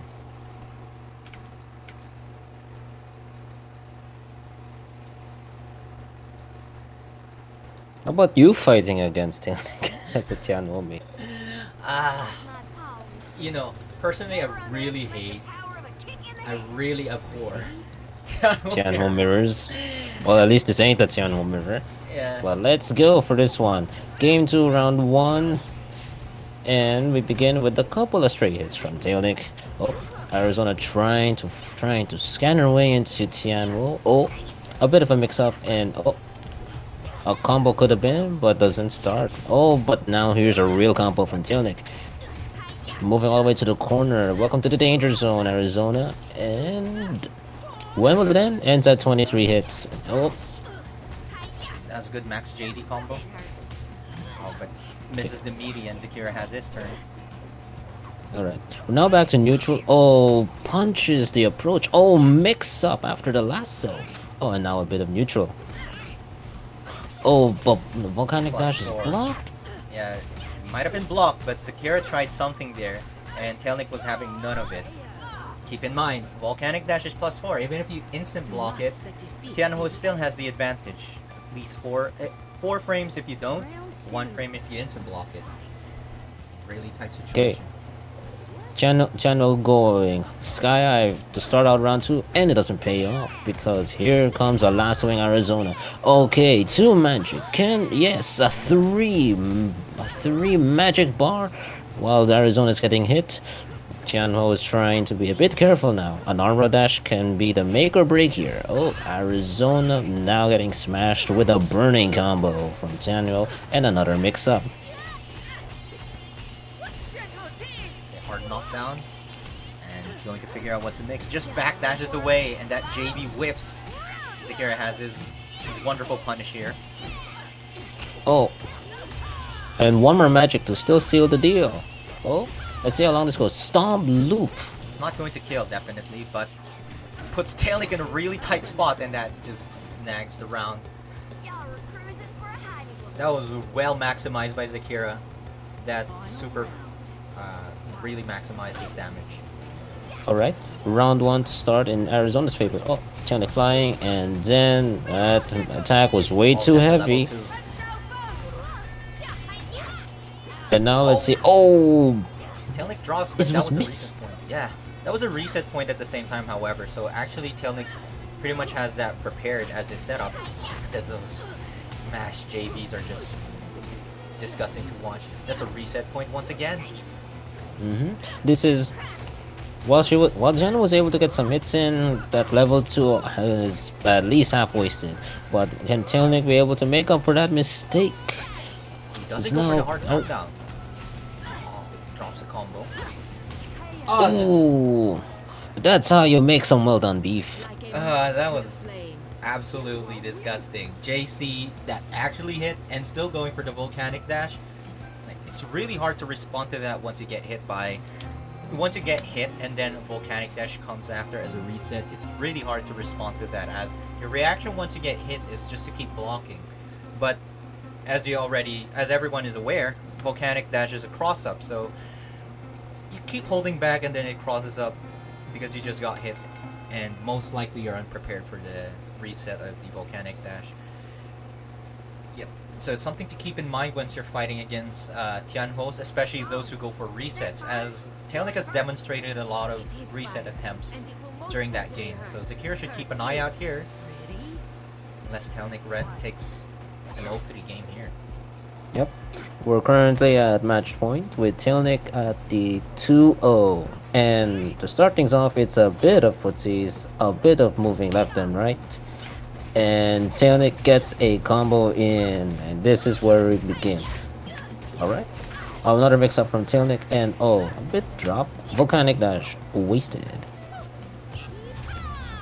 it's not really that much of an issue for Tianhu to lose the magic, since she gains it over time in comparison to characters like Arizona who need to do something specific in order to gain the magic.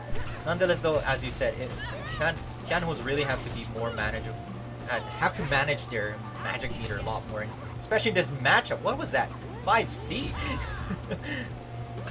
Oh, at least we're now back to a bit of foot season. No, the block didn't get the dash. Yeah, as you can see, it's the same situation as earlier.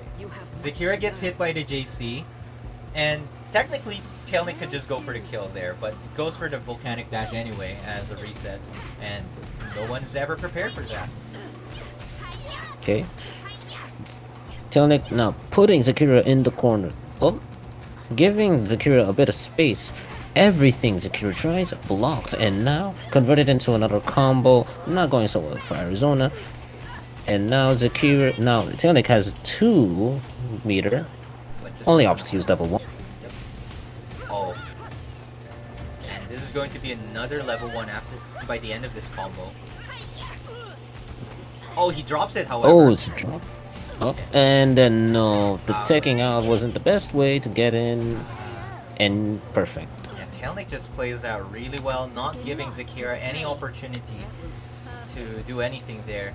It's really rough for Arizona in general if she doesn't have magic against anyone. So once she doesn't have magic and she gets knocked down, it's really hard for her to recover. It's kind of similar to how Oleander works, both of them struggling without magic, and they really have to work for that magic. And that's why characters like Tianhu can just play patiently, because their magic just increases, or rather recovers over time. So Tailnic takes advantage of that and takes the set from Zekira, kicking Zekira to the losers bracket, making Zekira wait for the losers in the losers final, whilst he waits in the grand finals. So anyway, I think. Oh, hold on! I almost forgot to update the bracket once again. Sorry about that. But Akama, who are our next players again? Do you have them? Our next players are going to be having Hitsuji and SKYIE-FYIRE for the semi-final. Alright, yeah. Hitsuji and SKYIE-FYIRE, 2 of our local artists in the Fauna community. We're going to have a showdown between the 2.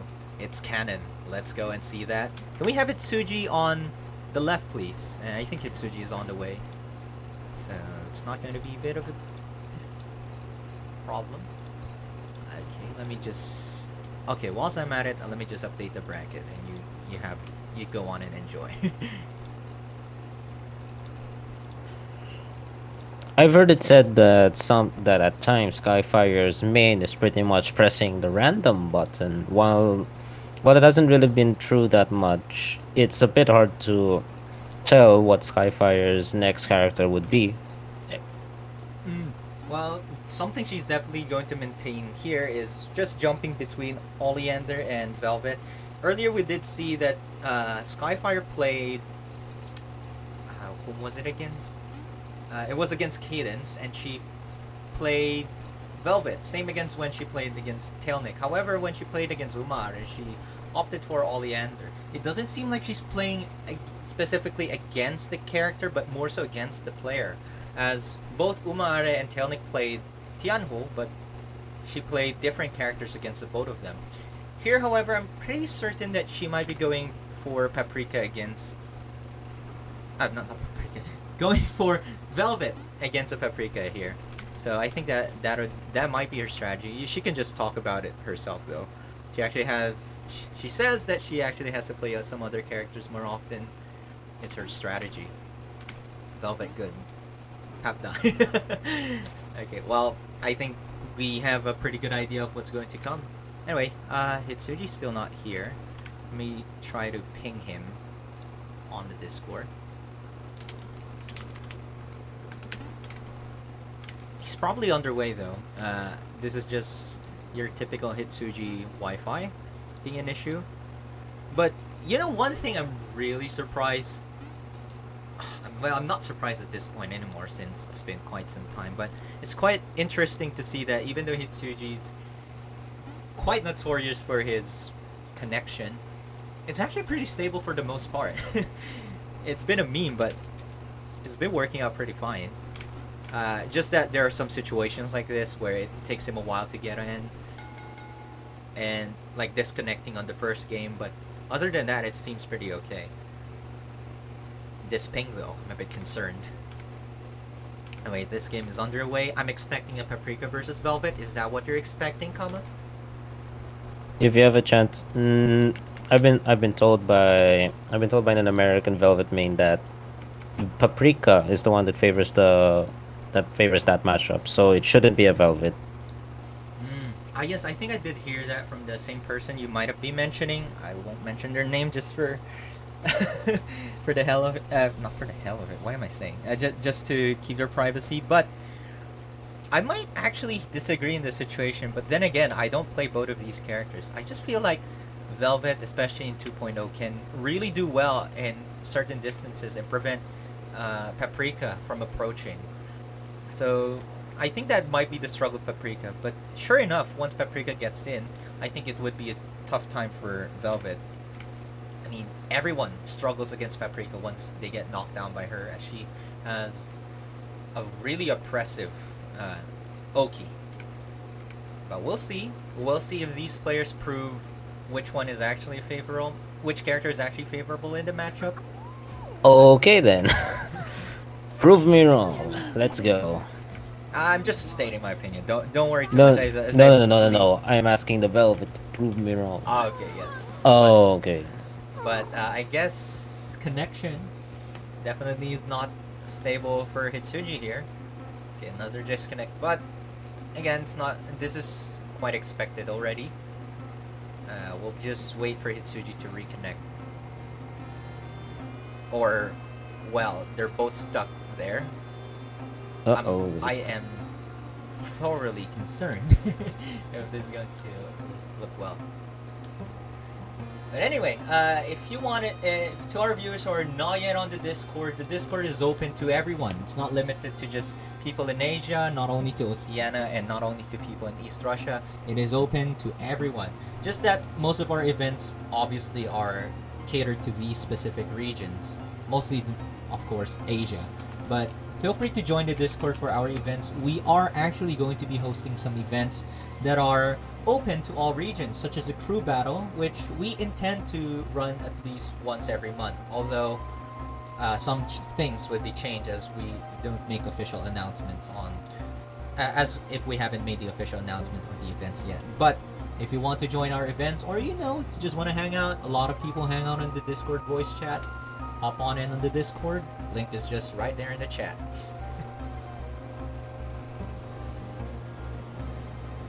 So there's been a technical issue. Is the fight? Yeah, man, I'm now concerned. Are they fighting? Is there a fight going? Oh, you were fighting. Okay, yeah, we thought it was a disconnect on your end, so this is a bit problematic. Okay, Hitsuji wins game 1 in a riveting battle. Yeah, we didn't get to see any of that, unfortunately. But I guess we'll just ask for the replay. Unfortunate that we're not going to see that. And all the more reason for people watching here to join the Discord, as we actually post the replays of the matches for everyone to peruse. So feel free to just view it all if you want to, see the matches that we've had. Speaking of archived, how to call this, archived matches or tournaments, we have a YouTube channel where we post all of the other videos. Actually, we're on Restream, so this stream is also aired on YouTube, so some of the people there might be YouTube viewers, but generally we focus on Twitch and we keep the archives on YouTube, so feel free to view that.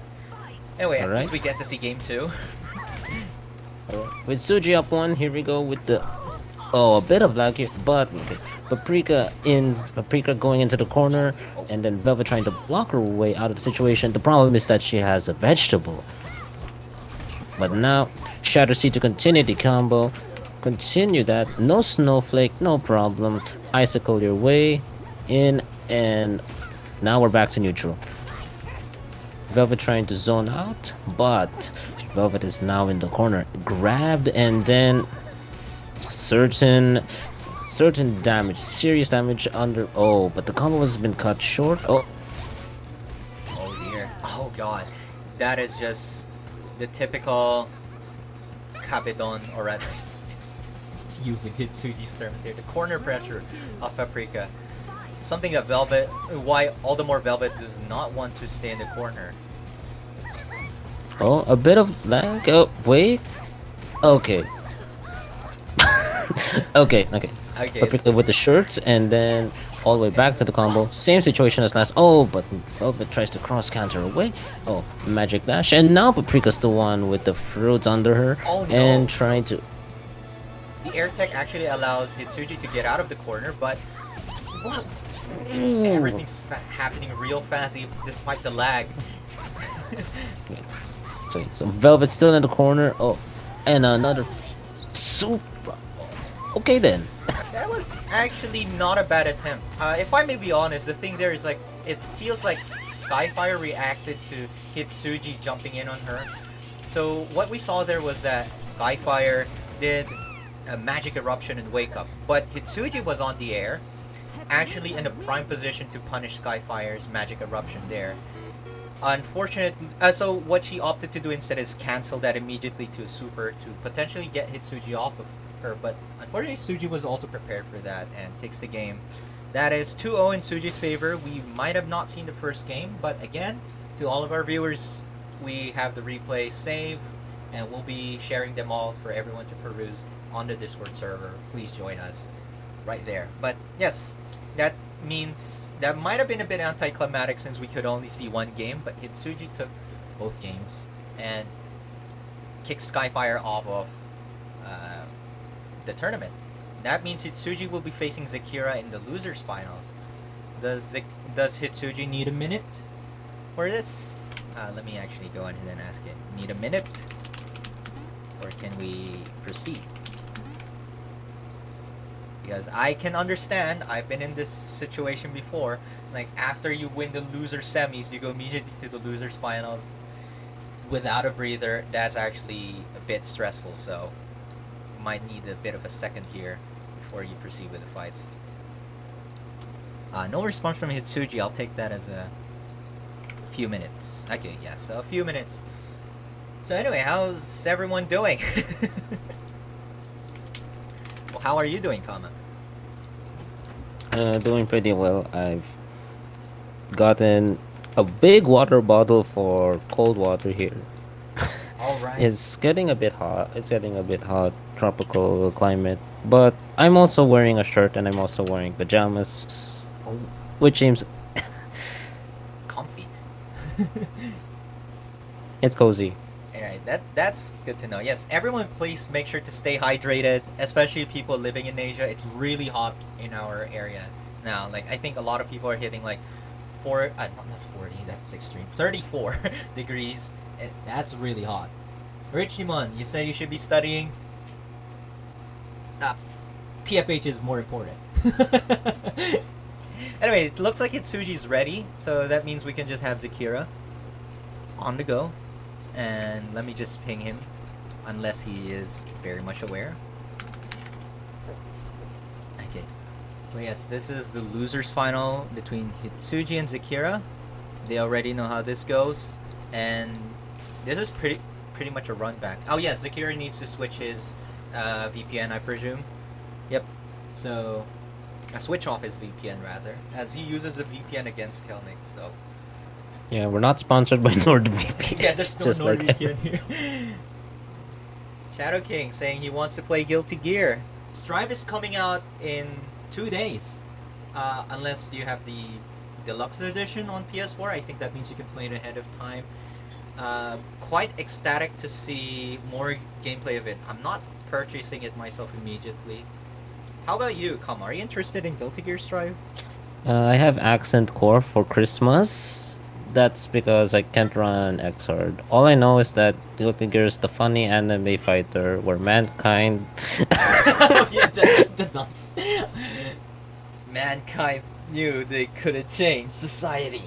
So instead Why? of blaming themselves.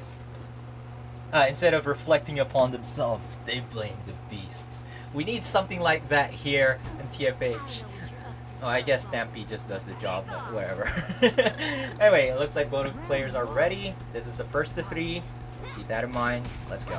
And off we go. Paprika already starting off with huge amounts of damage. And oh, that potted plant was very bad timing on the plant. But Zekira pays for it by fighting back with a couple of short combos and some waiting on the side. And oh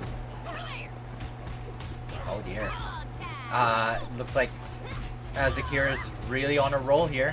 Having 3 stocks of magic, this is a really tight situation for Hitsuji. okay. Yeah. Arizona sort of is now going back. Paprika going fast on the way to the right. And in the corner, and then more of Paprika, just really bad, really sad decisions from Zekira on the corner. Still trying to get out from the corner. Stomps and lasso do not work against a vegetable. Yeah, so lasso do not work against a vegetable. Alright, but I'm pretty sure Zekira was attempting to do a magic input there, such as a magic headbutt, probably also magic dash, but lasso came up instead, unfortunately. And this is working well for Hitsuji. Zekira's already at half health. That was real quick. Okay, D6 so then a command grab and then into a belly flop, and let's see how well Zekira blocks this one. Got the fruit. Potted plant doesn't continue the combo, but that is death. Are we perfecting this? Yes, he does.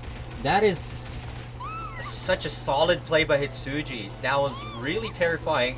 Putting myself in Zekira's shoes, not certain what I'd be doing there. Those resets and just proper meaties all the way, stagger, pressure. Hitsuji just playing it really solidly and takes the first game real fast. But Zekira's also, we are very much aware that Zekira's a very solid player, so, and he has, taken the game off of Hitsuji from the winner's bracket in the first place, so let's see how Zekira adapts to this.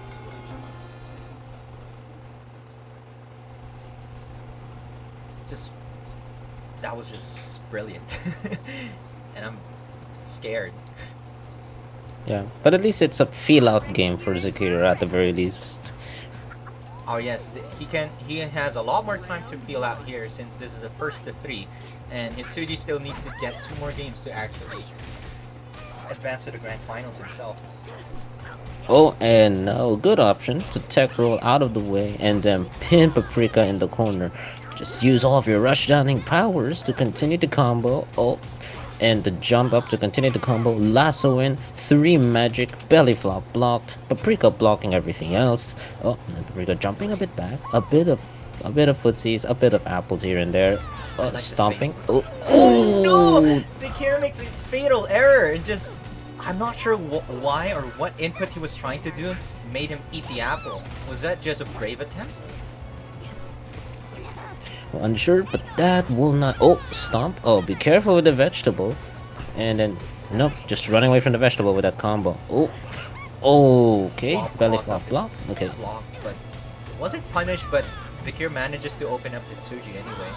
So this is a good situation for Zekira having 2 meter for the next round. Arizona overcoming hunger to win round 1. And now we're going into round 2, and Arizona backdashes. Stomp, lasso, potted plant, no problem. Paprika moving in, and nope, punished for that. Another lasso. Will he get the full bar? Yes, the full bar has been attained. Then Paprika fights back. Zekira just manages not to drop his magic, his combos to gain magic, which is very effective for him. But not until Hitsuji just puts him in the corner. This pressure is really, really tough. Okay, Arizona trying to jump away from the corner. Paprika trying to cartwheel, but no, the grab is the one that does the trick. And Paprika cartwheels, continues to sustain the combo. Armor dashing Arizona out of the way. Lassoing, but nope. What is that whiff 6B? I think he was anticipating for Hitsuji to try to dash block in, but Hitsuji very patient, understanding very good spacing. Takes a round for himself. That was not supposed to be an elbow, Zekira confirms. So that was an unfortunate misinput. Okay, we're now down to the wire for game 2, and oh, the What a- jump into mix up and then continue the combo. Would you have 2 magic? Yes. And then will there be 3? Yes. A full bar for Arizona, full power to armor dash, magic stomp, everything. Oh no! And then eat an apple too, but that doesn't matter because the full effects of health bestows Arizona with a super. Okay, yeah, looks like Zekira's just fine there. I think with the JB hit stun, Hitsuji wasn't able to really react and try to punish that, or maybe didn't have the time at all. Oh, what a good grab out of that magic attempt. Alright, oh, cinnamon to keep. Oh, Arizona was kept on her toes, and then Arizona almost getting licked in there. Oh no! And then there's a basket in. Will he explode from the basket? Oh no, he... Oh, missed Zekira basket. is very much aware of that scenario, and jump cancel block, just land cancel, allows him to block that smother in time. Very good awareness of Zekira there, not falling for the basket trap or the basket mix, and also very much aware of ready to block after that land cancel. Well done by both players, but Zekira flourishes on this one. Okay, we're now down to the equal point here, 1-1. Moving into game 3. What kind of adapting would you see here? Not really sure. Both players are really playing it solidly when it comes to spacing. Just that I think Hitsuji needs to be a bit more careful when Zekira does his push blocks, as he gets punished a lot after Zekira's push blocks. I think Zekira's really recognized how Hitsuji does his pressure. Okay, starting in game 3, and still Potter plants in a wasted plant, but Paprika makes up for it with a combo, a shirt, a kiss, a vegetable, a cartwheel, more air. Oh dear.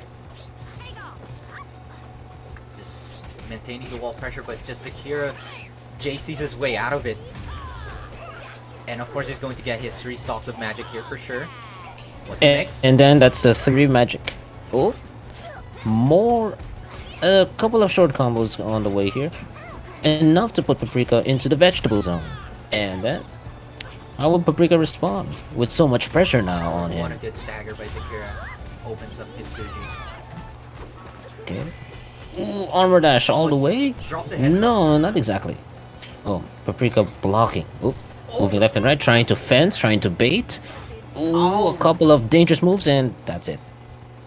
5C, something I'm not expecting for Zekira to press as a button there, but I guess that's the best range button in that scenario. And oh, catches the back dash with the card C. Okay, and an apple in. Oh, Arizona able to block all of it. And level 1, and then we get to level 2. Will you get a combo? No, you won't. Okay, But he has into the corner you go. Not anymore. Flops out of it. Card C on Oki. And this is definitely Hitsuji's round. He's not going to allow Zekira to get any more.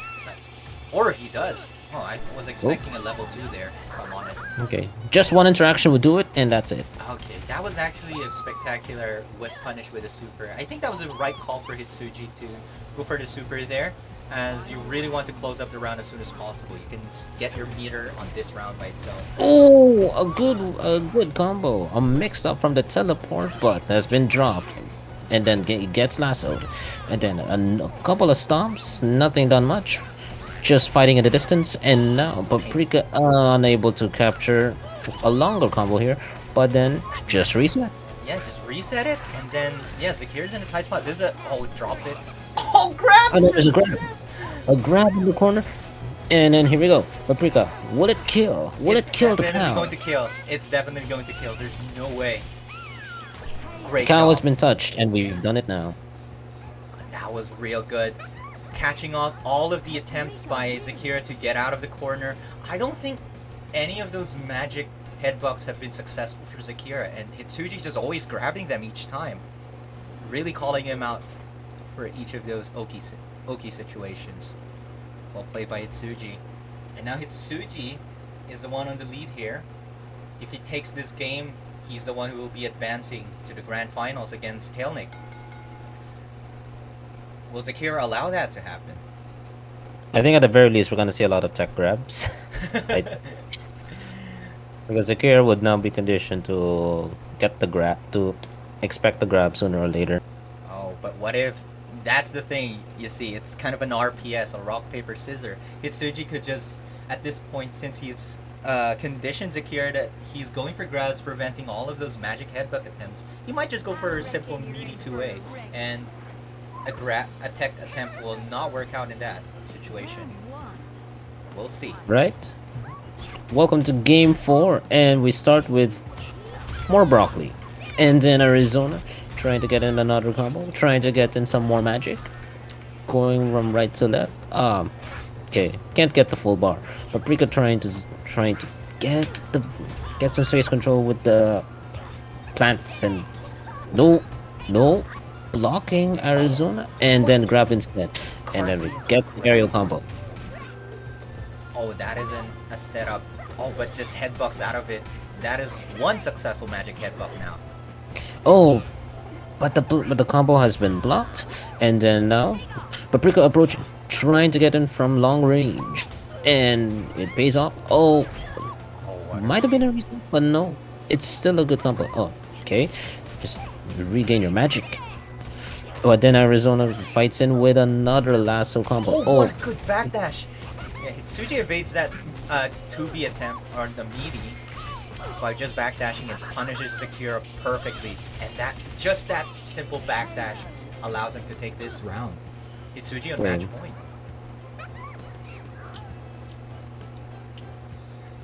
Oh man. Really ecstatic to see how this round's going to go.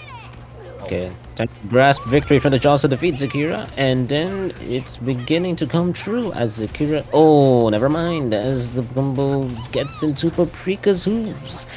Moving in. Oh, the stagger is not long enough for her to continue. Oh, a poke, a cross counter from the corner, a missed lasso. Everyone blocking and cross counter, and then the just a grab. It's like telling Zekira, you're not allowed to do anything here. Oh no! Zekira tries to punish that card C and Mother rocks this time. Oh, but armor dash in the corner. Oh, and then a lasso. Oh wow, what a good short hop JC prevents Zekira's mix attempt. Okay. Time for some cinnamon to... No, the cinnamon has been wasted. Super 1 and then Super 2. Can you do a combo? Yes. Zekira can. I'm pretty sure this is not yet death, but okay, he drops it anyway. But that short hop JC. Stomp loop will end this in 3, 2, 1. Brilliant. I really like how Zekira spaced himself out. Even though Hitsuji had a pressure there, Zekira with a very good awareness recognizes the space and goes for the lasso and just eliminates the cinnamon roll pressure. Okay, a bit of a trap there with the apple, but no, Zekira is able to dodge it and then pull Paprika in for a stomp. Another lasso from the air, and then another lasso. Missed this time. Paprika eats an apple, and then cinnamon roll pressure. Oh, that was a perfectly spaced 2C. Okay, the cinnamon rolls away. Oh, okay, missed lasso over there. Okay, Paprika trying to poke her way in. A bit of a tease. And then lasso, you get her out there. Get her into the corner. Oh, stop. Lasso in with a bit of fruit and smother up.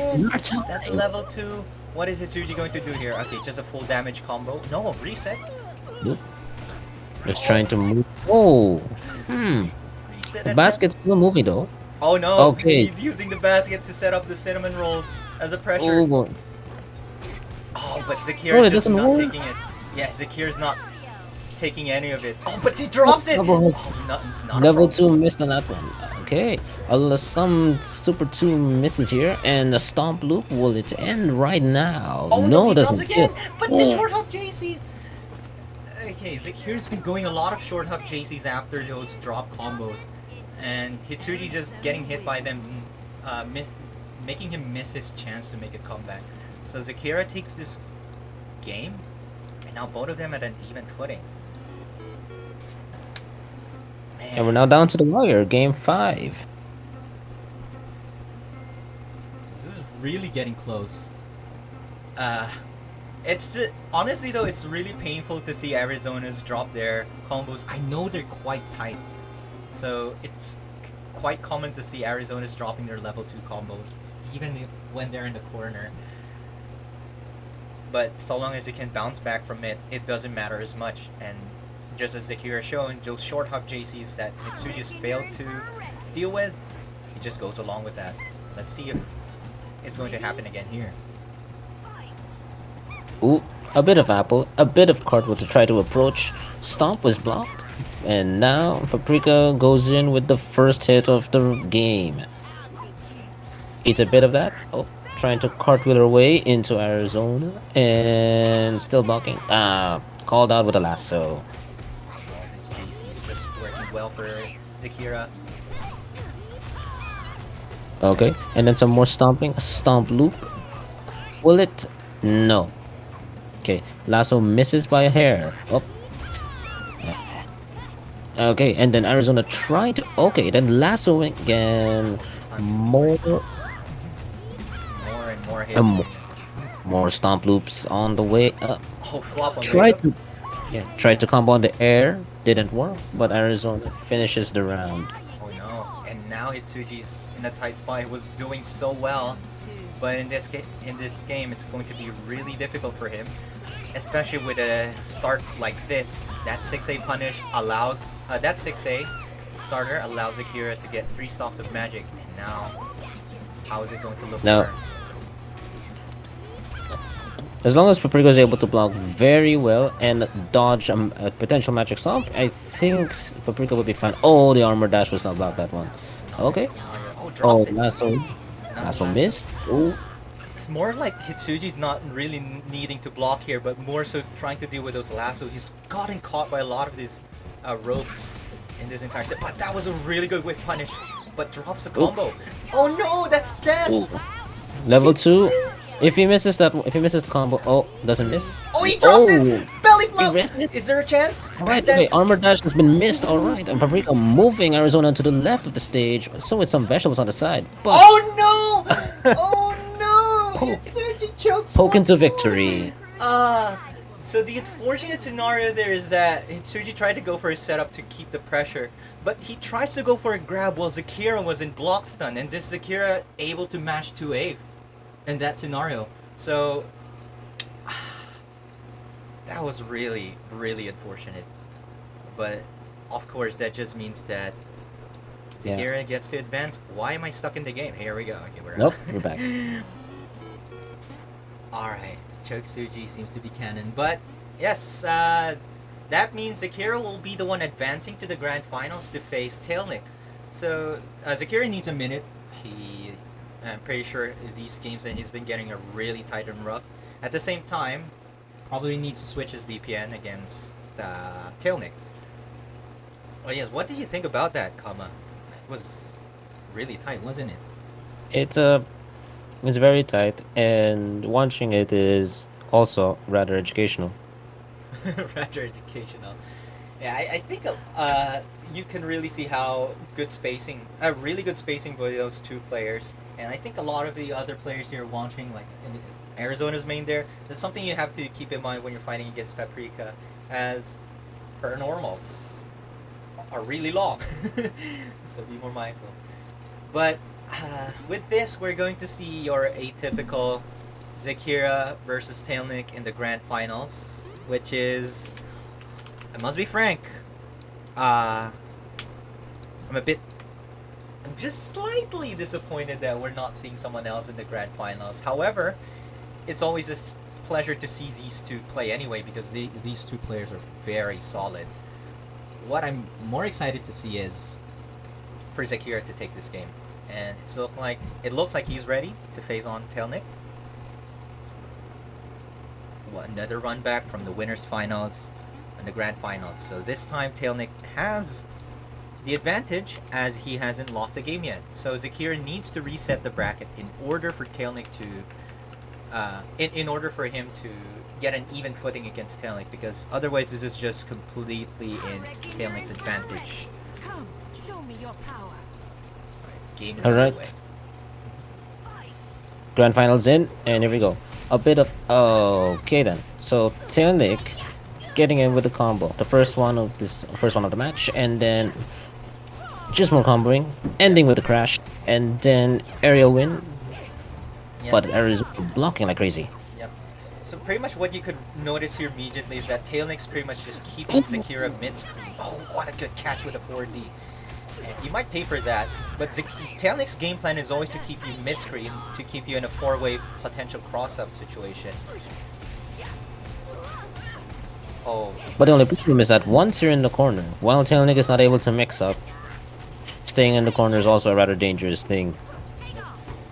Oh wow, very good recognition there, but oh, Tailnic wasn't able to punish that at all. Oh, but then it gets the punishing combo for this one. And will it kill? Probably not. But this will just require one more interaction to get this over with. Oh, a slip of health left.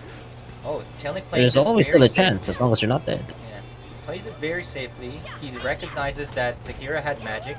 That 6D Ashe is not going to work out. Zekira's very familiar with that. Oh, grab. Zekira still keeping the dream alive and then won't grab. Yeah, by missing that headbutt B, it allowed Tailnic to get a grab. I'm not even sure if Tailnic intended that grab or if that was a push block attempt, but nonetheless, that makes Zekira lose the round. Alright, so round 2, a bit of long distance footsies. Oh, a good sort of mix up from Arizona. Oh, miss lasso. And that's your combo. Yeah, Tailnic was definitely fishing out that 4D. He was pretty much just jumping around, basically telling Zekira to 4D here, and I'm going to go in once you try to 4D. Alright, moving in, the combo's still going in, and then we got Super 1. Will he go for Super 2? Yes, he does. And let's see how far his health bar goes down the drain. Crashing in. A volcanic dash to continue. Oh, but it's been dropped. Oh no, just raw Ashe! Catching Zekira's attempt to dash in, and Zekira not ready to block anything. Ashe is just too fast in that scenario, and that does a lot of damage. Tailnic takes the first game.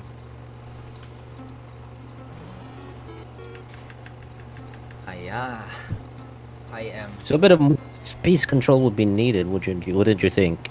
Yeah, how do I put this? Tailnic is playing the space game really well because generally as Tianho, you do not want to immediately just go in against an Arizona, as it puts you at a risk of Arizona catching you and gaining magic from that. Whereas in your case as a Tianho, you build magic over time, so you want to play much more patiently and spacing it out, trying to fish for 4D or 6A and then punishing whiffs of those. Otherwise you're just gonna get hit by stomps and lassos on the ground, so you have to be really careful here. Look at that. Okay, we get game 2 going, and Tailnic just estimating the first third of Zekira's health bar. Zekira trying to hold on to the center, trying to keep Tailnic on the other side, but no. Tailnic just keeps on going with another combo. Ooh, probably drop, dash down, and it was an anti-air D. Firecracker. Firecracker doesn't win really much there, even though the hitbox is quite disjointed. It's not going to work out. Tailnic's still under pressure here, though. Okay, and then Tailnic still putting it on the corner. Oh, which is bad way to wake up. And Zekira's down for the count, so round 1. Well, that was very intriguing. Tailnic catches Zekira with a to a meaty, but goes for a Ashe reset anyway. I wasn't sure if Tailnic was able to kill there without the reset. Alright, getting round 2, another Tailnic combo. 2 Tailnic combos to start the round. And with 15 seconds in, almost half of Zekira's health down. Oh, what a good 6A. Zekira catches Tailnic trying to fly in. But no, this flight has been cancelled. Oh. Yes. Oh. It's not because of COVID-19. Oh, wait. A bit of crouching and dancing footsies. Yes. Wait for it. Trying to... And the volcanic dash hits. That was Tailnic definitely fishing out the 6A, and that 6A was definitely punished by that volcanic dash. Drops that combo that could have killed though, but dashes again. Volcanic Dash. Tailnic just abuses it all the way. Now Tailnic in a very good lead here. All he needs to do is just win one game. Lest Zekira wins 3 games in a row for the bracket to be reset. What can Zekira do here? I still don't know much about this particular matchup, but very timely lassoing. And also being aware of Tiano being in the air. Right. Yes. Because if you just keep on focusing on her on the ground and you just keep on, for example, just backdashing to the side trying to avoid her, what about the opportunity to mix her up while she's moving forward? You also move forward. That's certainly an idea. You can bounce back. You can do the mix by yourself by dashing in under Tianho or dashing out of her under, switching sides. That is. But Tailnic seems very most comfortable mid-screen, and this is pretty much his overall game plan. So I think even if Zekira tries to do some mixes like that, it might be problematic for him as Tailnic.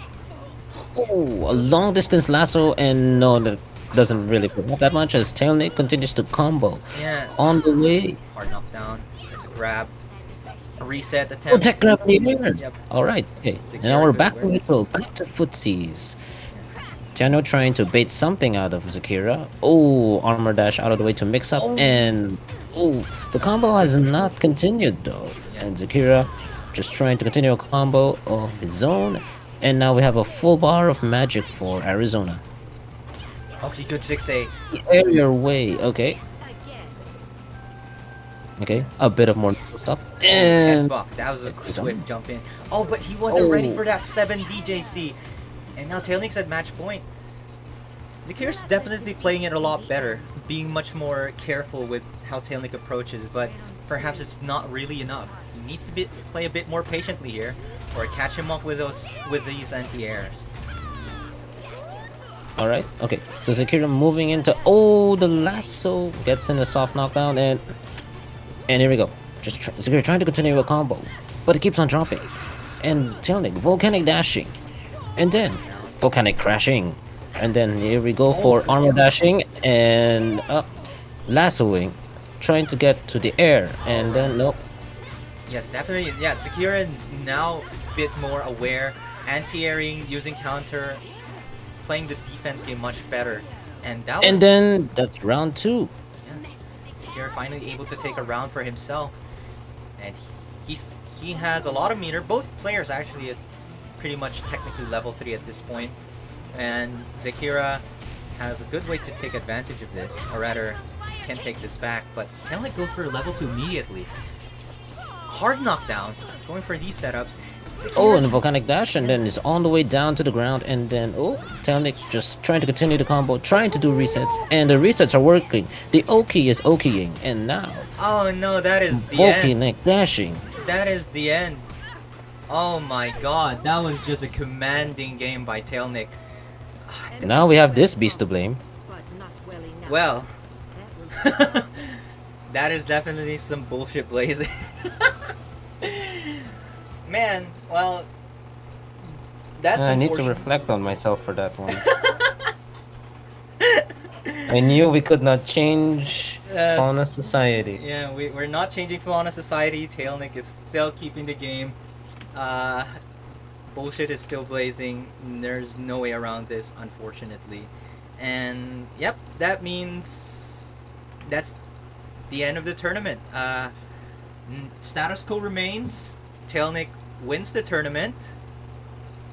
And yeah, that's just 3-0. Unfortunately, Zekira was not able to take a single game. I guess that means we all have to strive to do our best. Don't feel guilty about not performing well. Everything will move in gears and we'll eventually take Tailnic down. Don't worry, it's all about striving to do better. I definitely force a lot of those. Oops, I forgot to take that off. But anyway, these are our results for this weekly's tournament. Status quo remains. Tailnic remains the champion for the week whenever he joins in. Zekira takes second place. Hitsuji being on the third place, and SKYIE-FYIRE on the fourth place. Anyway, that is the end of the tournament. something that we are very accustomed with the results, but nonetheless, some good games I've seen. Thank you very much for everyone who's participated. We're definitely going to be having another weekly, and I presume this time Banana Soup will be making a return for that. But thank you for listening to us. Thank you as well, Kama, for joining me to commentate this week's tournament. Yeah. Thank you for it as well. My name is Abdullah. Thanks. Okay, so do you have some words for our audience and our participants before I make some announcements? Just remember to have lots of fun. Don't get too stressed about it, and be sure to really just enjoy. Yes, most definitely. Okay. Anyway, thank you very much for that, Kama. So I'll now just be making some announcements. Again, weekly tournament is still every week, so that means that the next tournament, or a casual weekly tournament, is on June 16. There's still no Smash.gg page for that. We'll make that one eventually. So for you not to miss out when we make those events, make sure to join our Discord. And the Discord link is in the chat. So doesn't matter if you're not from Asia. Whichever region you are in, you're very much welcome to our Discord, and you can, chit chat with us, keep up with our events, and we have some events that are open to all regions, which we'll be hosting eventually. But this kind of tournament is only exclusive to Asia. Now, other than that, we also have a Twitter. Most especially for our major tournaments, we post highlights there. So if you want to see some interesting updates or highlights, you can just, check out our Twitter. And if you're not watching these on YouTube, if you're on Twitch, we actually save the VODs on our YouTube channel, which is also on the link there. So these are all of our social media. Feel free to keep up to date with us. Another thing to announce is the warm-up weekly. So speaking of the major events that we have, we're announcing that the warm-up weekly series, or bi-weekly series, will be continuing. We will be looking for our 6th winner. And as expected, that will be held on Sunday. And that will be this Sunday on June 13. However, we're changing the time. Usually we run it at 3 p.m. plus 9 GMT. That is Korean time or Japan time, by the way. But for this week, we will be starting it on 4 p.m. So save the date. There is already a Smash.gg page for that. So please register. Keep in mind again, this tournament is only open to people in the Asian, Oceania, and East Russia region. So unfortunately, if you're not from these regions, you can just join our other events next time. But for this warm-up weekly series, the series that we're running, it's only exclusive to Asia, Oceania, and East Russia. So anyway, you can go on ahead and register, unless you've already won a warm-up. So speaking of which, I deliberately chose Comic Sans. Don't worry about that. Let me just show our warm-up winners thus far. Oh, actually, shoot, I don't have the updated photo. Give me a moment to look for the updated photo.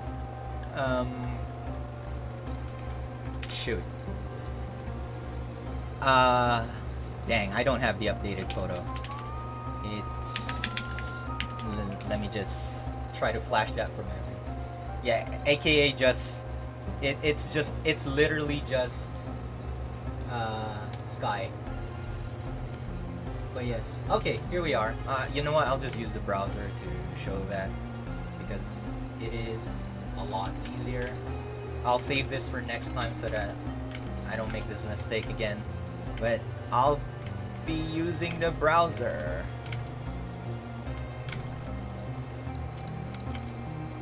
Oh, you know what? It doesn't work. But yeah, you can feel free ahead to join already if you haven't joined yet. So for the warm-up winners, here are so far the people who have won the warm-up tournaments. Wow, it's taking quite some time to load in. Hold the phone. Why is it taking a while? Okay, never mind. There you go. Let me just switch it up. And these are our warm-up winners thus far. So Tailnic already obviously taking the first spot. Zekira taking the second. nobody cares about that third person. Ryuko-sen and UmaAare. These are people from different regions. Tailnic from Taiwan, Zekira from the Philippines, Ryuko-sen from Oceania, and UmaAare from Japan. Ryuko-sen from Australia. Sorry, Oceania is the entire region. But yes, we already have 2 Tions and 2 Ollies, damn. So we are hoping to see new players. Maybe you will be the next warm-up winner. And keep in mind again, all these 8 winners total that we're trying to gather will be competing in a final showdown where there is something on the line, something at stake. Yeah, who's Gene? Nobody cares. Tell us who that guy is. Honestly, I don't know much about him either. So don't worry about him. Yeah, time to reflect on yourself if you don't know who you are. I know who I am. No, I don't. But anyway, for the final showdown, that will be held sometime later if we gather the 8 winners. So again, let me repost the link on the chat for you to join the Smash.gg. Register now. Of course, we'll be putting the announcement again on the Discord, just so that everyone keeps up to date with that. But anyway, that is the end of the announcements. Unless I missed something. Zekira, are you there? Did I miss something? Maybe Banana Soup's resting. Yeah, I think that is pretty much it. So thank you everyone for hopping on. Thank you for all those participated. Thank you for watching, a lot of the viewers that we had. And thank you, Kama, for again co-commentating with me. Hopefully we'll have you next time, more chances. But that is all for now. So I'll be seeing you all. And you know the drill. We're ending with the usual theme. See you next week, or see you next time. Ciao, ciao.